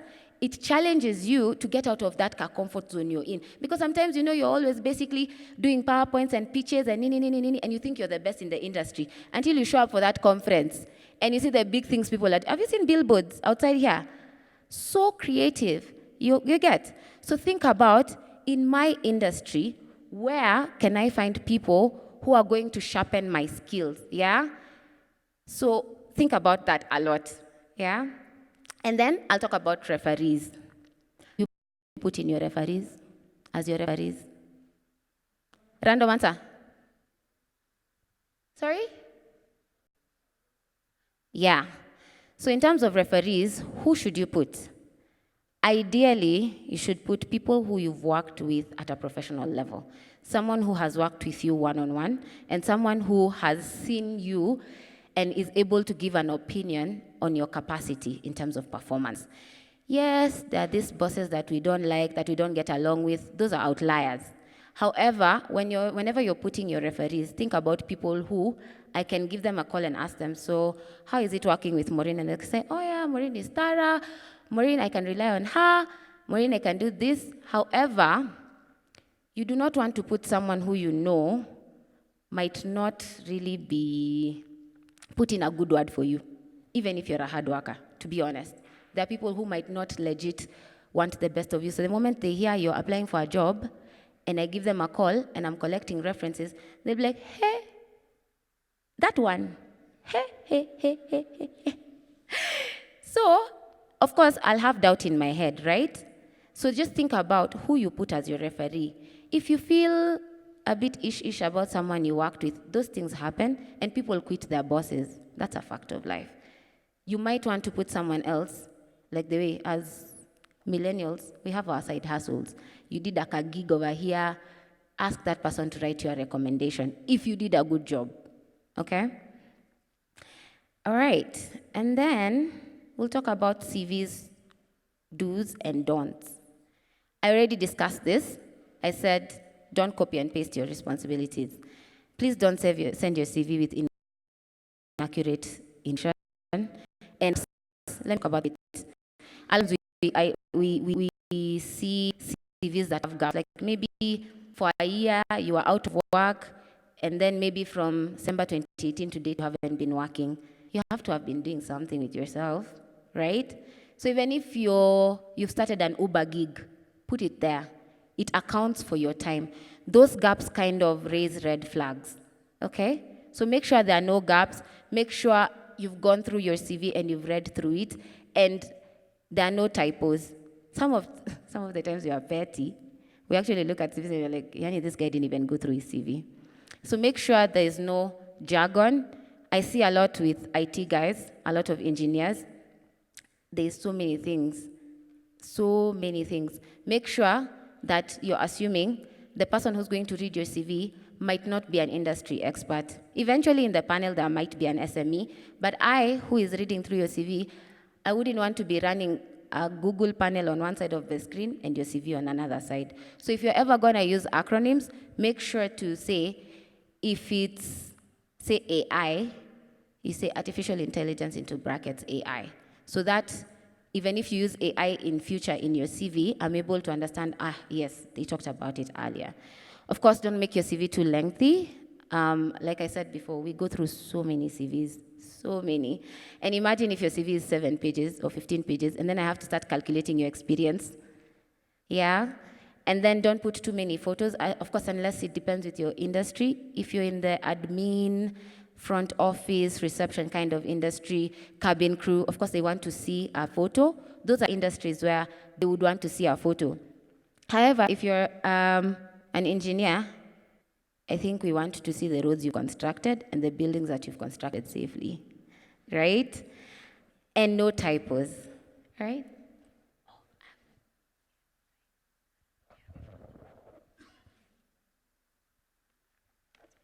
Thanks so much, Maureen. Thank you so much on those skills for the CV. Maureen has done a lot of recruitment, so she knows the pain we go through in screening those CVs. I know we are running out of time, but there are things I really want us to go through, because even with a beautiful CV, and then you come and you set up the interview now, a very good. So run very fast through some of the very basic view skill. If you can project the next slide. I'll really literally run through these. Please, if you're going for an interview, read about that role. I've had a situation where a candidate shows up and like, or you're calling them, and, which role is that? Which organization? When was the advertisement? Please keep track of the applications you make. Read about the role that you've applied for, what they are looking for. And it's not a must, you must ask panelists questions, but if it's a good thing to ask questions, prepare that question in advance. Don't think through it and spend like 2 minutes quiet, the panel is waiting because you're thinking about a question that you want to ask. Read about the organization as well. You cannot be interviewing with Deloitte and you have no clue what Deloitte does. I ask you about the industries that Deloitte services and you have no idea. So just some really basic things. And be current, have current news about that organization. If there's something that they've recently done, it has been in the news limelight, talk about it when you know it's most current. You've had situations where a candidate says, oh, well done, congratulations, I saw you did this, and it's something that was posted online 3 years ago. Really. You just saw it, but you didn't even bother to look at when it was posted. So be very current, have current information. About the venue, I won't talk about that, and think through your skills and experiences because you need to put your thoughts together before you appear before the panel. Now, put the next slide. Different levels, at different levels will require different interviewing skills. The entry level, you're fresh from university. We are not expecting you to tell us these huge, give us information about the experience or things you've done. And I know you're coming from school. But think of the things you've done even at school, even during your internship. Some call them attachment. In terms of what have you been able to do or accomplish at that particular entry level. So if I'm looking for a middle management person or a senior management person, senior management, I'm talking of CEOs, directors. I'm looking for somebody with transformative leadership skills, somebody strategic, a strategic thinker, somebody who can have a clear oversight over business and run a business. If I'm looking for a graduate trainee, I'm looking at somebody who has taken some leadership roles and responsibilities while at the university, who's done some very amazing presentations, who've done some internship that is relevant to what they've learned, and they've been given some good recommendations. So depending on at what level you are at, please have your staff at your fingertips.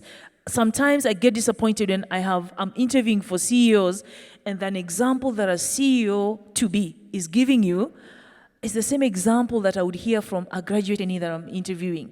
And you're thinking, you've done so much. Why are you not talking about that? So please match your interviewing responses to the level that you're interviewing for. Don't give dilute examples. You're expected to give some proper, meaty examples of what you've been able to do. I'm sorry, I'm really rushing, because the most important slide, which is the next one, the questions. We have moved completely from the kind of questions that people would ask you in interviews. There were some really strange ones that I happened to have attended when I was I'd just finished university. Some panelists are not trained to interview, so they ask you questions that make you wonder, how is that even related to the job that I've applied for? But we've moved from those ages. Now, currently, we are using a very simple methodology, and most interviewers will use this. It's a competency-based interviewing skills. And there's one particular methodology that we use that is very common now. It's the STAR methodology. And I just want to explain that. Now, if you come before me in a panel, this is for all levels, and I ask you a question. Let's say we are dealing with a competency like leadership, because sometimes the panels will tell you, now I'm going to ask you a question on leadership, and then they ask the question. If it's about leadership, we use a very common, there's a methodology that can guide you so that you do your interview like somebody who is worth employing. Now, let's say we're talking about leadership. Think of a leadership-related situation that you've been faced with or you've had to handle. Leadership, a real-life situation, not what you Googled last night. I'll know if you're lying. I can tell it quickly. What you've not done, it's very easy to tell you've not done it. So think of a leadership. I'm just giving leadership as an example. A leadership-related situation that you've had to handle real time. It's very easy to talk about what you've done than what you're thinking or what you read last night. That's on the situation side. So the why. And then next is the action. So given this situation, what actions did I take as Nelly? We appreciate you work in teams. And a lot of candidates, they like responding like, then we did, and then we did. And I'm wondering, who did it? Was it your boss or your team? I want to hear more of, I did. So let me give you an example. I've asked a question. So share with us a particular scenario when you have been tasked with leading an organization and leading teams as a sales director. And then you tell me, there was this instance when I was the head of sales at Airtel, and my role required that I do A, B, C, D. So you've given me the scenario of what your role entailed, what you were tasked with. The next I want to hear is, so there was this instance when we were dealing with a particular really difficult project that we had to deliver, whatever project that was. And what I therefore did, I organized my team, I put them in terms of the skills that they had. I put a leader for each and every team that I had. The actions you took to be able to deal with that situation. The actions you as a person. Avoid we. We know you work in a team. It's okay. But I want to hear more of what you have done as a person. And then the result. So your interviewing response should never miss these 3 key points. The situation, or the task, or the responsibility, or even challenge if you like. Number 2, the actions you took to be able to deal with that situation, or challenge, or responsibility, or task. And number 3, the result. So given this situation and these actions you took, did you succeed or did you not? I want to know. And don't lie. If you're saying, and so during that year, in the 3 years that I was head of sales, I doubled the sales. You know, they were making 100 million per quarter. I made it to 1 billion. And you're telling me that year you did 1 billion, and I can see it's public information that they made. I'm not saying Airtel makes losses. I'm just giving an example. They made losses. You're lying. So be real be very truthful. Remember, you have also God on your side. You've prayed. You cannot come lying, and you've asked God to come with you into the interview. So be very real. Interviewers are trained to pick lies. Even from your body language, I can tell you've not done it. You Googled, and you're telling me what you Googled last night. So I want to give an example, because you might be wondering, so how do I respond? What kind of a question? I want to just give a typical example. The next slide, please. So let's take a competency like planning and organizing. Let's assume that this role requires somebody who is very planful and very organized. And so it is a key or critical competency for this particular role. Let's say it's even sales manager or something like that, that requires somebody planful and organized. And so I'm giving you this particular example of a question. So you're before me, and I'm asking you, tell me about a time when you needed to complete several things at the same time. What did you do to get the work done? That's the question. Now, this is a sample response that somebody gave, and I want you to now use this example to give me where do you think the task is, where do you think the result is, where do you think the actions are. Is it a complete STAR? We call it STAR, situation or task for the ST, and then the A is the action, and the R is the result. And I want us to make sure every response has a complete STAR. Don't give hanging answers in an interview. So a sample response to that question is, this is a candidate giving, and some of these are real examples that we picked from our interview sessions. So every morning before the store opens, there's a lot to do to get it ready. So restocking, cleanup, taking markdowns, things like that. So last week, 2 people called off sick on the same day. So we had even more prep work than usual.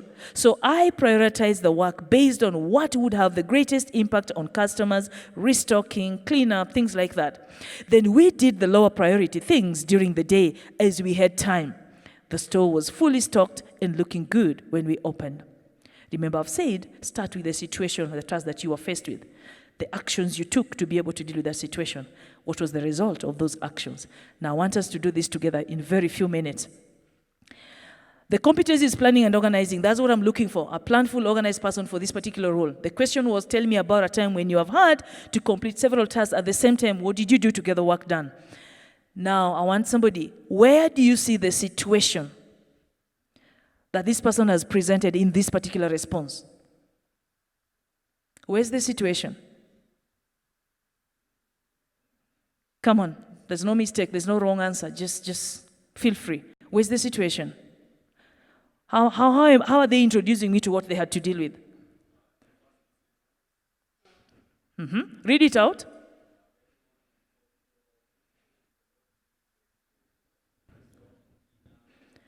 Well done. That's it. That's what they were faced with.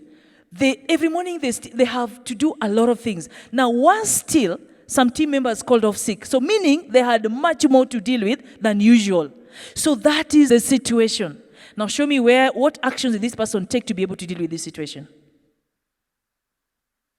What actions? Where is the action?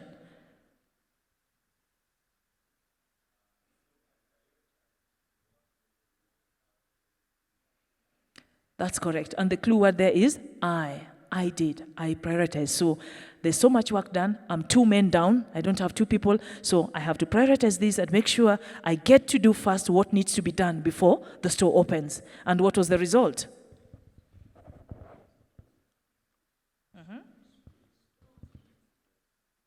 The store was fully stocked.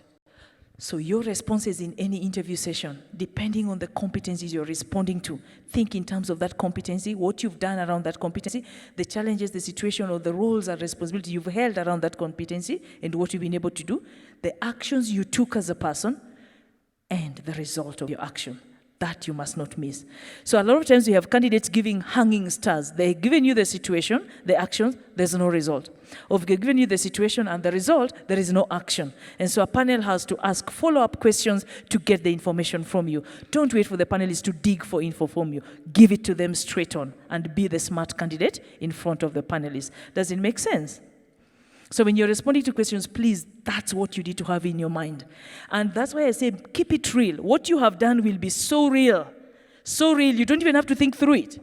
If you did something and you are tasked with something at some particular point, it will be at the top of your mind. And candidates normally start with, there's this instance when I was the manager in this particular organization, and there was this time when you were faced with this. It is here. You don't have to think through because you've done it. Next slide. It was just to show you. We've actually covered the back a little bit. Yeah, back a little bit, and back again. Yeah, so that's the situation. Next slide. That is the action they took. Next slide. And that was the result. Flow like that. Next slide. Avoid the woods. Responding and saying something like, you know, I would, in terms of planning and organizing, I would do this, and if I have two mentioned, particularly that morning, I would do this, and then I would create this scenario, and then I would call these people. We are not asking about what you would do. We're asking about what you have done. It is about what you've been able to achieve, and therefore what value you bring to our organization if we were to hire you. So avoid the woods completely. No hypothetical answers. Make it practical. Keep it real as much as possible. In terms of etiquette, just quickly, we've talked about the company. Please research about the remuneration, because in questions like how much would you want to be paid, you'll not avoid them. You'll be asked. So research about that position, how much it pays, package yourself in terms of what you're earning, and then do some markup, of course, something that would make you move to the next. And then look the part. Please don't show up in an interview in a red suit for men. Just corporate colors, subtle, quiet, polite. And be neat. I cannot be interviewing a CEO who shows up with dust on the shoes. With a beard, you can't even shave, really. Just look the part. If I'm looking for a CEO, I'm looking for a CEO right there in front of me. Look the part. Communicate early if you're running late. Don't show up 30 minutes late and then you say there was traffic, sincerely speaking. Communicate early if you're going to be late, if you're not going to show up. Your phone, we won't talk about that. That's too basic. Prepare the question to the panel. I've talked about that. Answer questions truthfully. Be brief and straight to the point. Don't give... Sometimes you ask a candidate a question like, tell us about yourself. My God, they start from nursery school. Nursery. I'm interviewing a CEO. And I'm waiting to know what nursery schools they attended. Start from university quick. Graduate in this, master's in this, PhD in this, and then after graduation, I joined this organization as this particular role, worked there 3 years, this is what I accomplished, then this, period. Don't give stories. And then write the question down. It's good to walk in an interview session with a notebook, but as you're writing, imagine I've asked you a question, then I lose you. You're busy writing down what I've asked. Just some clue words that can remind you of the question, because some panelists are not trained. They ask you multiple questions at the same time. You're bound to forget. So just have a notepad where you write some words to make you remember the parts of questions they've asked and you need to be responding to, while you're still keeping touch, eye contact with the panelists. Don't be focused on your notebook and forget the people who are interviewing you. Then, it's good to ask them to repeat if you haven't understood. It's not a crime. Come again. I didn't get that bit. And then the panelists can repeat. And then show enthusiasm to be part of the organization. You cannot be bad-mouthing an organization and you're being interviewed to work for them, you know.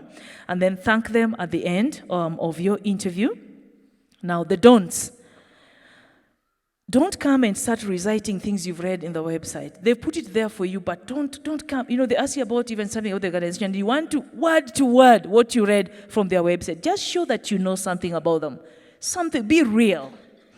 And then don't speak ill of your former boss. You want to badmouth. Where do you want to live? Oh my God, I have a boss. My goodness, if I could live even today. I'm thinking, you're going to do the same to us if you come here as well. Don't start bad-mouthing your former employer. Avoid slang talk. I have had this even at CEO level, very sad. They break into some language and you're thinking, my word, keep it as formal as possible. As formal as possible. Do not use too much familiarity in an interview session. Even if you know somebody in the panel, keep it as formal as possible. So slang language, Kenyans, we are very good at that with our sheng. Avoid that. Please keep it formal, straightforward English. Unless you're being interviewed in Kiswahili. But please keep it formal. Avoid familiarity statements, and then you know Engineer Kidenda is in the panel, and say, Engineer, you remember, it's not time for engineer to remember those days. It's time for the interview. You're being interviewed. Forget about engineer. You know him. You can catch up later. But now it's interview time. I know you know this. It can sound about demeaning, a bit demeaning to your panelists. So don't assume they know. Tell them what you want them to know. Leaning back, legs up, swinging chairs. Some arrive and they remove the jacket and they put, you're already feeling so bossy. Please sweat just for that time. And then when you step out, remove your jacket. But be formal, because it shows arrogance. You've arrived in somebody's office, you've removed your jacket, you've put it, and sometimes it's not one of those jackets you want to see the inside as well. You're showing us what you're wearing. Keep it, just keep it formal. It's only an hour, for heaven's sake. And then you'll be out, and you won't die of sweat just for that short time. When you walk into an interview room, I've been in a board interview. A candidate walks out, and even the way they're about, and they're shaking everybody's hands and going around the room, and the way they shake your hand, man. You know, when you walk into an interview room, just give a polite greeting. Good afternoon, ladies and gentlemen. Stand and wait to be ushered. Don't walk in and sit. Wait to be ushered to a seat to sit. Give a polite, brief greeting. If the panelists extend their hands, then please shake their hands. You can now shake their hands. But also, shake hands politely. Politely. We know we want to show you have energy, but in shaking of hands, keep it subtle a little bit. And then, if they extend their hands to you, please do. You can go ahead and greet them. But the first one is, good morning, ladies and gentlemen, and then wait to be told the next move. And then when they're introducing themselves, please take note, so that you address them by name. And the person who asks you the question, address the person. Don't forget the rest of the people in the room.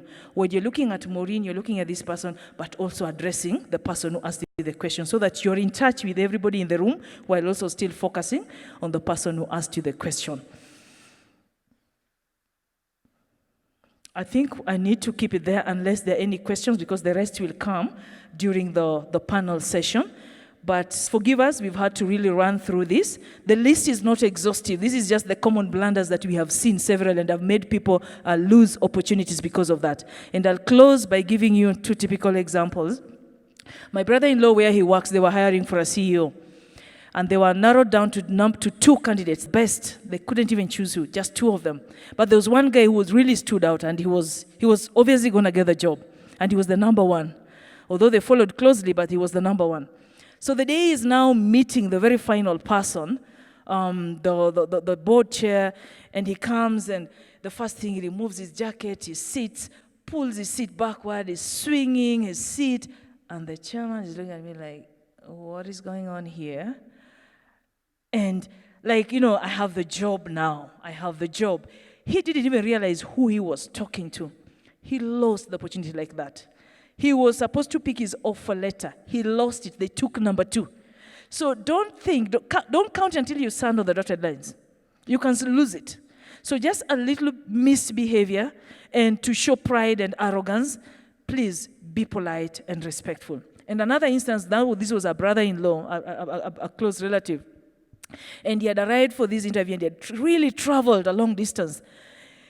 And he even missed the venue, so when he arrived there, he's panicking, he's sweating, but a sharp guy, I'm telling you, very sharp man. He's now asleep, but he arrives there, his shoes are dusty, and he goes into the interview, and he's called in, he's done the interview. Yes, he has the knowledge. And then now he's told, okay, you can hold out there as we deliberate.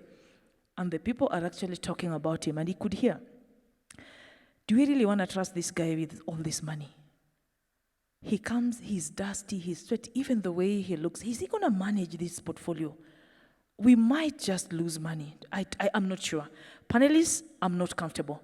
He was the right person for the job, but the way he showed up appearing, and he's the one who was sharing with us this story. Can you believe I lost a job and I heard them talking about me, and he really felt bad.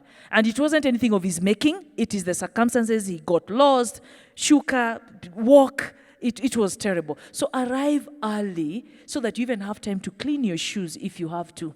If you've not gone there driving, so you are presentable before your panelists. Let's leave it there because we don't have much time.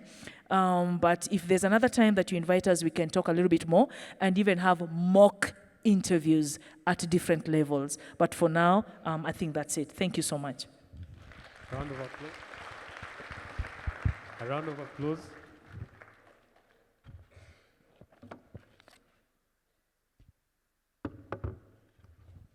They deserve another big round of applause. My situation, I have exhausted my time. I was supposed to get you out here by 1:10, so that's my situation. My action, I'm going to ask you for 20 minutes, yeah, so that we do question and answers. My result is that you've accepted, and therefore I shall proceed. So you see, I've applied the STAR methodology. Just don't do that in an interview where you ask for more time and you give yourself. You might lose the interview as well. We are going to do a quick Q&A. It will be part of the panel discussion where we get to ask those very critical questions that you wanted. I'll allow at least 6 so that we'll do them in rounds of 3-3 so that the panel members can address them. But before I do that, the ICT team, if you have the mics, there are some here, so you can strategically position yourself to help. It's more here. So as we set the stage, I'll ask Nelly this question. I'll set by question number 1. There's this myth about a picture on a CV. There's somebody's picture, there's writing about your religion or marital status. What's your take on it? Because the biggest thing about interviews or CV interpretation is perception. You know, you can put your photo there and you think you're beautiful, but to the other person you're not. And especially if they're the people going to sit opposite you in the office, you might rule them out and say this person does not look good. The other issue about religion is the stereotypes around different religions. I would say I'm this type and this guy doing the short list is of a different religion. I'm like, no, I don't want this type of a person. And of course, marital status. You might put there that you're married and yet this person does not like working with married people. So how do you address some of those things? The other issue was on personal branding, especially when you're saying, what is that short description? I see a lot of CVs with people saying, I am honest, I am diligent, I'm a hard worker, the typical things. What are those things that you look for? We spruce up our CV so that next time we send to Deloitte and Touche, it will be something that can at least get us to the door. Then the last one is this question about what percentage of the requirements should I meet? Because for sure I can't be 100%. I won't be having the bachelor's, the master's, all the work experiences that you've listed. And there's always this analogy that ladies tend to wait for at least 80% to apply. Men apply even when it's 20%. And then we say, roho juu. Hizo zingine tutapatana mbele. When they ask the question, as we will, fumble. But at least I've gotten to the door. So I'll apply for a job that I know I've met only 20%. Yeah. So what is that good percentage that will at least get me to the door? So those are my questions as I set the stage for more to come. So if you can please quickly look at that and then we pick the next set of 3. I'll be very brief. Okay. What's on your CV, and Maureen covered that. Religion, it's okay to indicate Christian, Muslim. It's okay to indicate because depending on what role you're interviewing for, where it's going to be, there's no sin in that. Details, please declare during your interview, and Elder mentioned it, and I'll give my own experience. My first job after I graduated, and I'd gone through all the interviews, and I could see, sometimes you can tell from the panel, even their body language, that this job actually is mine. And so at the end of the interview session, that was my interview session 3, the final one. And the director asked me, so is there anything that would make you not take this opportunity if we gave it to you? And I said, yes. And they all put down their pens in shock, and they looked at me. And he asked, what is that? And I said, I put in my CV that I'm a Christian, but I'm also Seventh-day Adventist. Now, what that means, I'm a Sabbath-keeping Christian. So if this job entails working during Sabbath hours, which to me is sunset, Friday to sunset, Saturday, I will not be able to. That's the only thing. But my love in my heart is to work for this organization. And they look at me and say, wow, Nelly, no one will ever call you to come here and work on Saturday. I made it known. Let me tell you, when I went into that organization, we would travel outside the country, and most flights were either on Saturdays going or Saturdays coming back. My MD would give instructions even to travel agents. We are 7 of us coming to Rwanda, but please, one of us cannot travel on Saturday. One of us cannot travel on Friday evening. She would give instructions because I declared at the interview. Don't hide so that you get the job, then now you want to start maneuvering. God, now you need to sort me out. Make God your partner from the beginning. So yes, put on your CV, I'm a Christian. But the details, please declare at that interview so that it's known what your stand is. So that is married. And again, I said, remember page 1 is really important for you. So don't fill your first with name, marriage, age. No.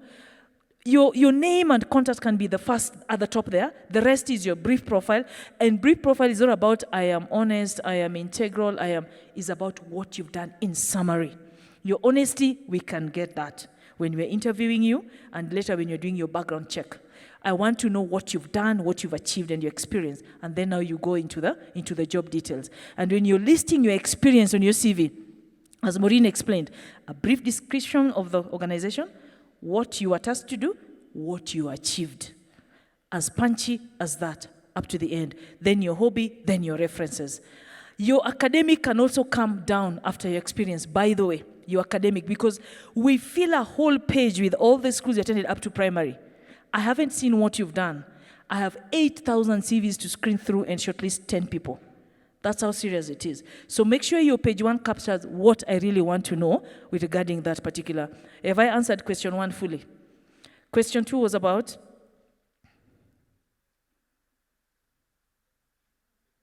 Photo was the last one. I am honest, which you've answered. Okay. And then the third one was what percentage? Okay. Now photos, please avoid putting your pictures on your CV, unless you're applying for air hostess role and they need to know how you look, and you want to show them that you're beautiful beforehand. Avoid. We've seen photos that put you off even before you read the CV. If it is a photo, please, can it therefore be a proper one, a professional one? There's some with some poses, and ladies, we have our cleavages, and I'm thinking, I'm sure you could get a better photo. Half naked, and it's on a CV. Please, if you can, avoid putting photos on your CV. First, that takes like almost half or quarter of your page. If you must, and the role requires, let it be a proper professional photo, not any other photo, not a selfie you took in a party.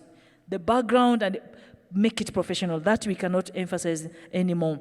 Now, let's talk about what percentage you meet criteria or not. As recruiters, we do both private and public sector. Public sector have some very stringent requirements. They'll say 20 years experience, Chapter 6 requirements, and those are requirements. Remember, the roles are open to everyone. So if they want your ESCC, they want your credit bureau clearance, your tax clearance, your police clearance, you must have. There is no compromise on that. And so look at the requirement of the role in the advertisement and make sure your CV captures that. Some candidates, and you really blunder, guys, you really blunder. You have 8,000 CVs. I'm looking at the degree, yes. Master's, yes. Professional, anything. Membership to a professional body, I can't see anything. Then I say, move to regret. Then later, you've screened through and you're like, but we only have 8 candidates. Let me now dig again and say, but this person has a very good CV. Let me give a call and say, I noticed you didn't put your professional membership. No, I have. I'm a member, very valid member. And I'm like, it's not in your CV. So if I have 8,000 people, how many people am I going to call to confirm that information? Let it be on your CV. Go through the requirement of the advert, put it on your CV. If whatever academic professional are required, please make sure, including the membership, make sure it's there. And then in terms of experience, if it says you're applying for CEO, they say 15 years of experience, you tick all the boxes and maybe you have 14 years. Private sector works differently depending on the portfolio you are handling as CV. Public sector sometimes are very strict. If they want 20, they want 20 years. And so if you tick all the boxes and you apply, I'm not saying don't apply, but now depending on how our screening and selection criteria is going to be, chances are, of course, we will be looking first at people who meet requirements 100%. So if you have it, put it there. But that's not to say you should shy away. We have private sectors. For example, when I applied for my role, I didn't have the years of experience, my first job, that they wanted, but I applied because I believed and I knew in my heart I could do the job, and I got the job. So it really depends, but I just want to warn you that public sector, and given the kind of regulations we have, please make sure your things are in place. If you know you need to have a license, you need to have a membership, please make sure you have them. You cannot be an engineer, not a practicing engineer, without a license. You cannot be an HR person with no IHRM certification or practicing license. And they've said they require your ESCC clearance and tax clearance, and you're giving me tax clearance certificates for 2015, and you are in 2019. Please put your things in order. Don't rush to put application and then miss out on the information. You rather put in the last 2 or 1 day, but you have everything in place. Thank you, Nelly. So I'll take the next 3 burning questions. I'll start from, he has raised his hand first. Then number 2, who is the third one? You say your name, what you do, and then you proceed to the question. Yes, please. Okay, thank you. My name is Alvin Mokaya from Nairobi Central SDA Church. My question is directed to Tom Olwelo. I hope I got the name right. You said that automation cannot challenge creativity, entrepreneurship, and emotional intelligence. And for me, I'm passionate about entrepreneurship. And my question is, how can you know if you are actually meant for entrepreneurship? As young people, sometimes you really could be wanting to be an entrepreneur, but maybe it's not the thing for you. So how do you know that these are the traits that you have for entrepreneurship, and how can you hack it? To Engineer Kidenda, you also said that you sit in a board in a given hotel. So I think it links a little bit to entrepreneurship. So I would want to hear your take on entrepreneurship. One you think that can help us.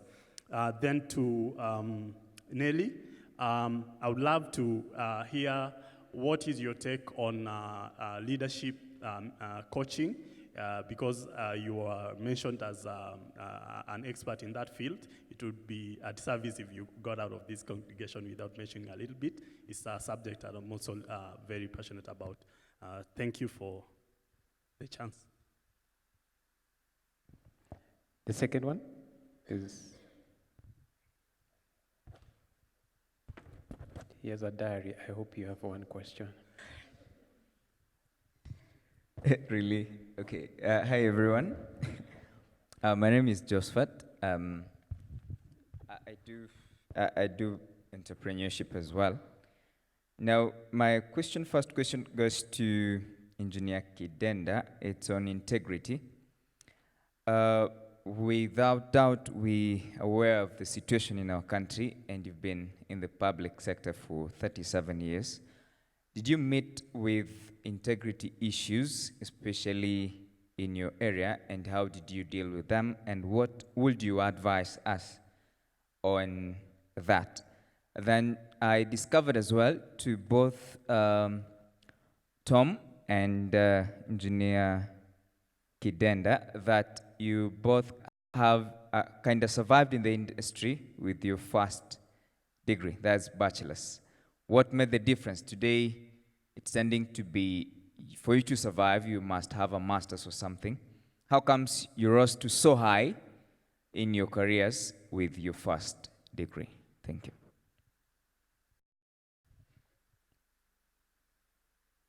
I think we'll proceed with that. I would like to invite Tom to tackle the first question. How can you know you're meant for entrepreneurship, especially with your comment on automation cannot challenge creativity? I would wish if you can do max 1 minute so that we can be able to get these guys up for lunch. Some are already looking at me badly. Okay. Thank you very much for the question. Bwana Mokaya, what I meant by automation cannot challenge entrepreneurship is that with certain soft skills, certain changes will not come to affect you. Like if you have that entrepreneurship knowledge, which you will know because you will have had a startup here and there, and you will have done certain initiatives, you will have done certain small, they are calling some side hustles. You know you are an entrepreneur. And I'm saying with that, now you can be able to survive that wave of automation because that is something intrinsic that you have, which will be able to make you survive the wave. So the other question from Just is how we survived with the first degree. Of course, the line where we were, there were not many people with that advanced degrees, but it came about with time. It's these changes we are talking about. Change came about, and of course, we are also rising up the ladder, and it came about that surely you required an advanced degree to hold certain positions. And it was a real threat. And it's just about positioning, as we are saying. You have to position yourself. You have to see things changing around you, such that if you have a first degree, then a lot of people don't take you seriously. They believe you can't get it, but possibly because you've not put yourself to get it. So we quickly looked at the environment and realized that that's what we needed to do, and we went for it. So you must scan and see where are things going, and then you position yourself appropriately with what you can. Like nowadays, things are still going up. It will reach a time that you have to have a PhD. You see it in the universities. To be a lecturer, you have to have a PhD. So if you're in the education line, you have to quickly rearrange yourself and prepare yourself with the appropriate qualifications. Thank you.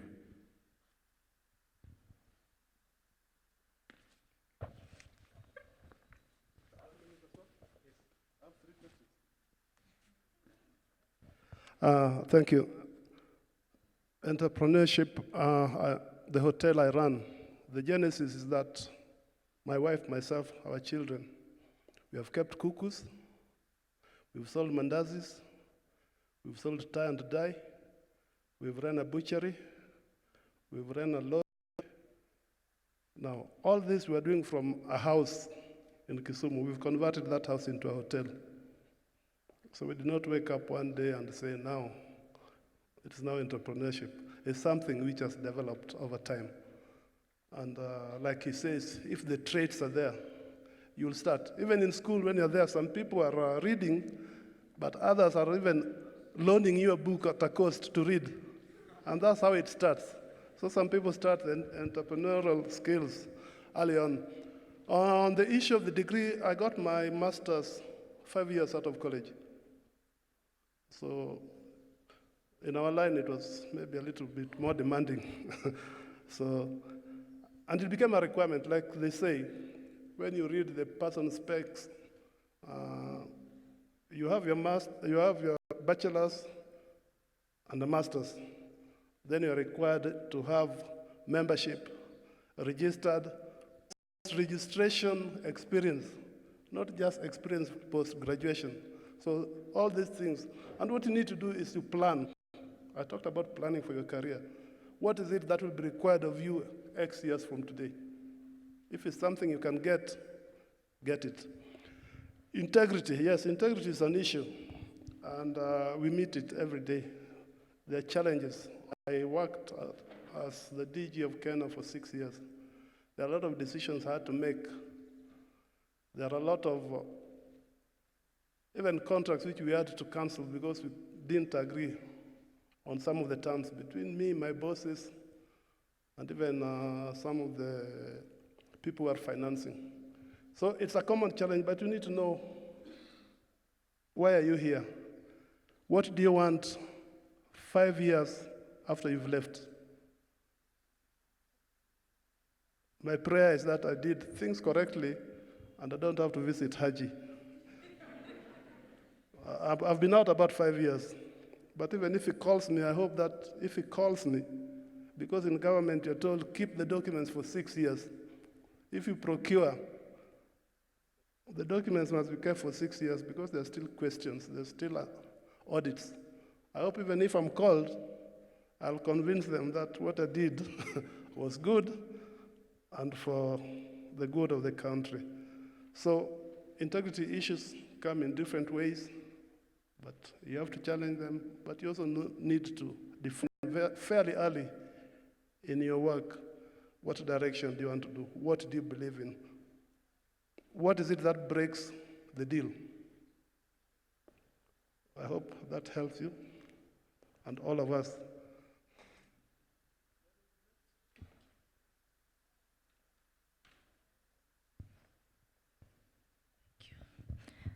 Executive coaching is such a big thing. Maybe next time, Daniel and Tim, we can talk about that. But learning, or let me say learning, as a talent or as a resource, the stages of learning and the most critical way of learning. Actually, we have one framework, the 70-20-10. We've heard about that. So we are, before you had to have gone to a certain classroom, even if it's at college level, to be able to do certain things. But now classroom learning has only been given a 10% level of importance. 70% we learn on the job. And that's using interventions like coaching. And coaching is, in basic terms, is really to just help you maximize or realize your full potential. Those things that probably are not technical or you did not learn in class, but you now need those skills to be able to deliver on your job.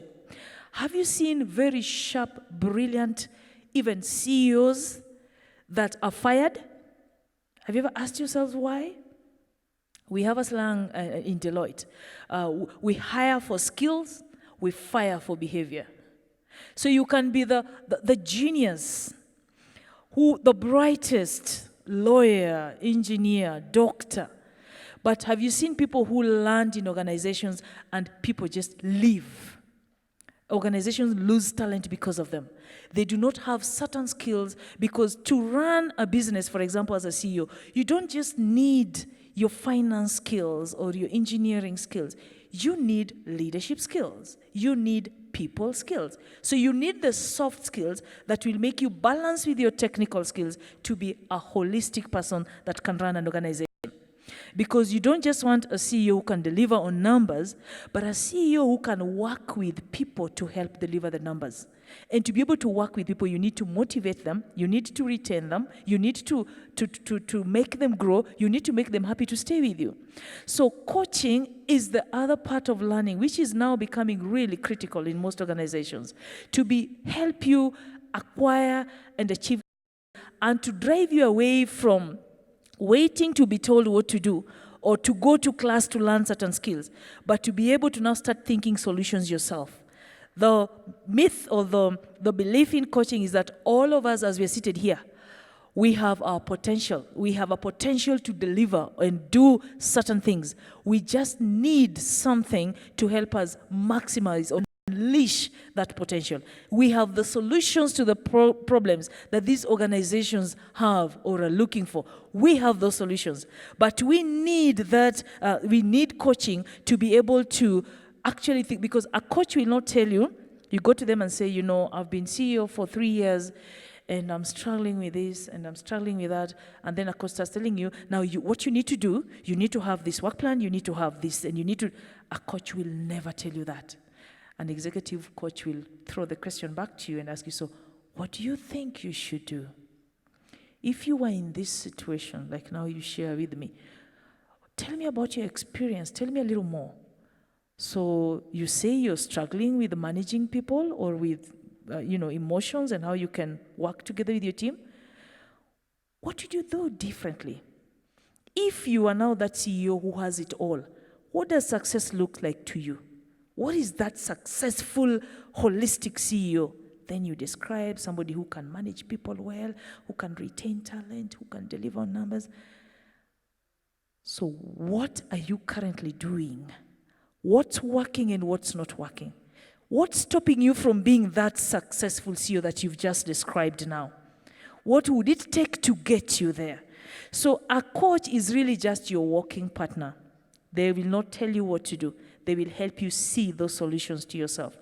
And this has become very critical in growing talent even for the future.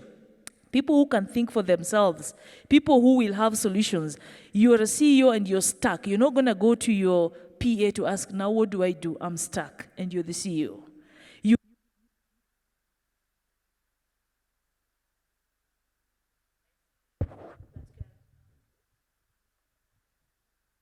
help you drive the organization in the direction that needs to do. So in brief, in really, really basic terms, that's how I can define a coaching scenario or a coaching, basically to help you unleash your potential. The things that you will not learn in a classroom setting, but the things that you can learn on the job and the things that you need critically to be able to balance with your technical skills and be able to deliver in that holistic manner. So I am a certified executive coach who helps and supports executives in what they do. You have the technical skills, but let's help you also build on your leadership skills, management style, those soft skills that you need. But there are different kinds of coaching: career coaching, executive coaching, life coaching. The different areas of coaching. Career coaching in terms of how do I even know the right career to pursue? That's another stage. I do the executive coaching side. Thank you, Nelly. Thank you, Nelly. A round of applause to our speakers. I'll have to stop it at that because of lunch. We'll be back here by 2:30, please. So try and get your food because we have an interesting afternoon session, the round robin, where you'll be put into the different subsets of careers that you want to pursue and seek more advice. So I will really ask that our speakers this morning, please don't drive away. Please be back in the afternoon because I know there's a lot of questions that people want to ask you at personal levels. There's a full scope that will be moving around. Please write your names as per the ones that you have on ID, not AKAs, because the organizing team would like to issue certificates for the guys who attended. So please ensure that you drop your name there. At this time, I'd like to invite Betty to try and direct us where there's lunch, the variety of that lunch, whether there's soya or not soya, so that we all know. Betty. Good afternoon. Good afternoon. I know you're hungry. I'm sorry for keeping you here for long. We're going to have lunch served at the tent downstairs. So kindly ensure you have a meal card. If you don't have a meal card, kindly go to the deacon's desk and register there, and you'll get your meal card. Our guests, your lunch will be served at the prayer room, just here on my right. And now I'd like to give a token of appreciation to our guests. Thank you. Engineer.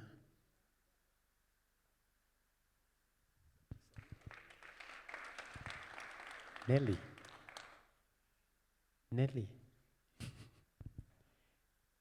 And this, you can't declare that below the government limit, so there's no declaring. Thank you.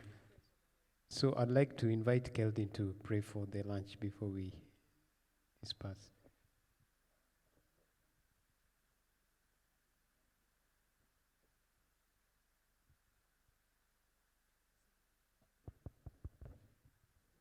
Good afternoon.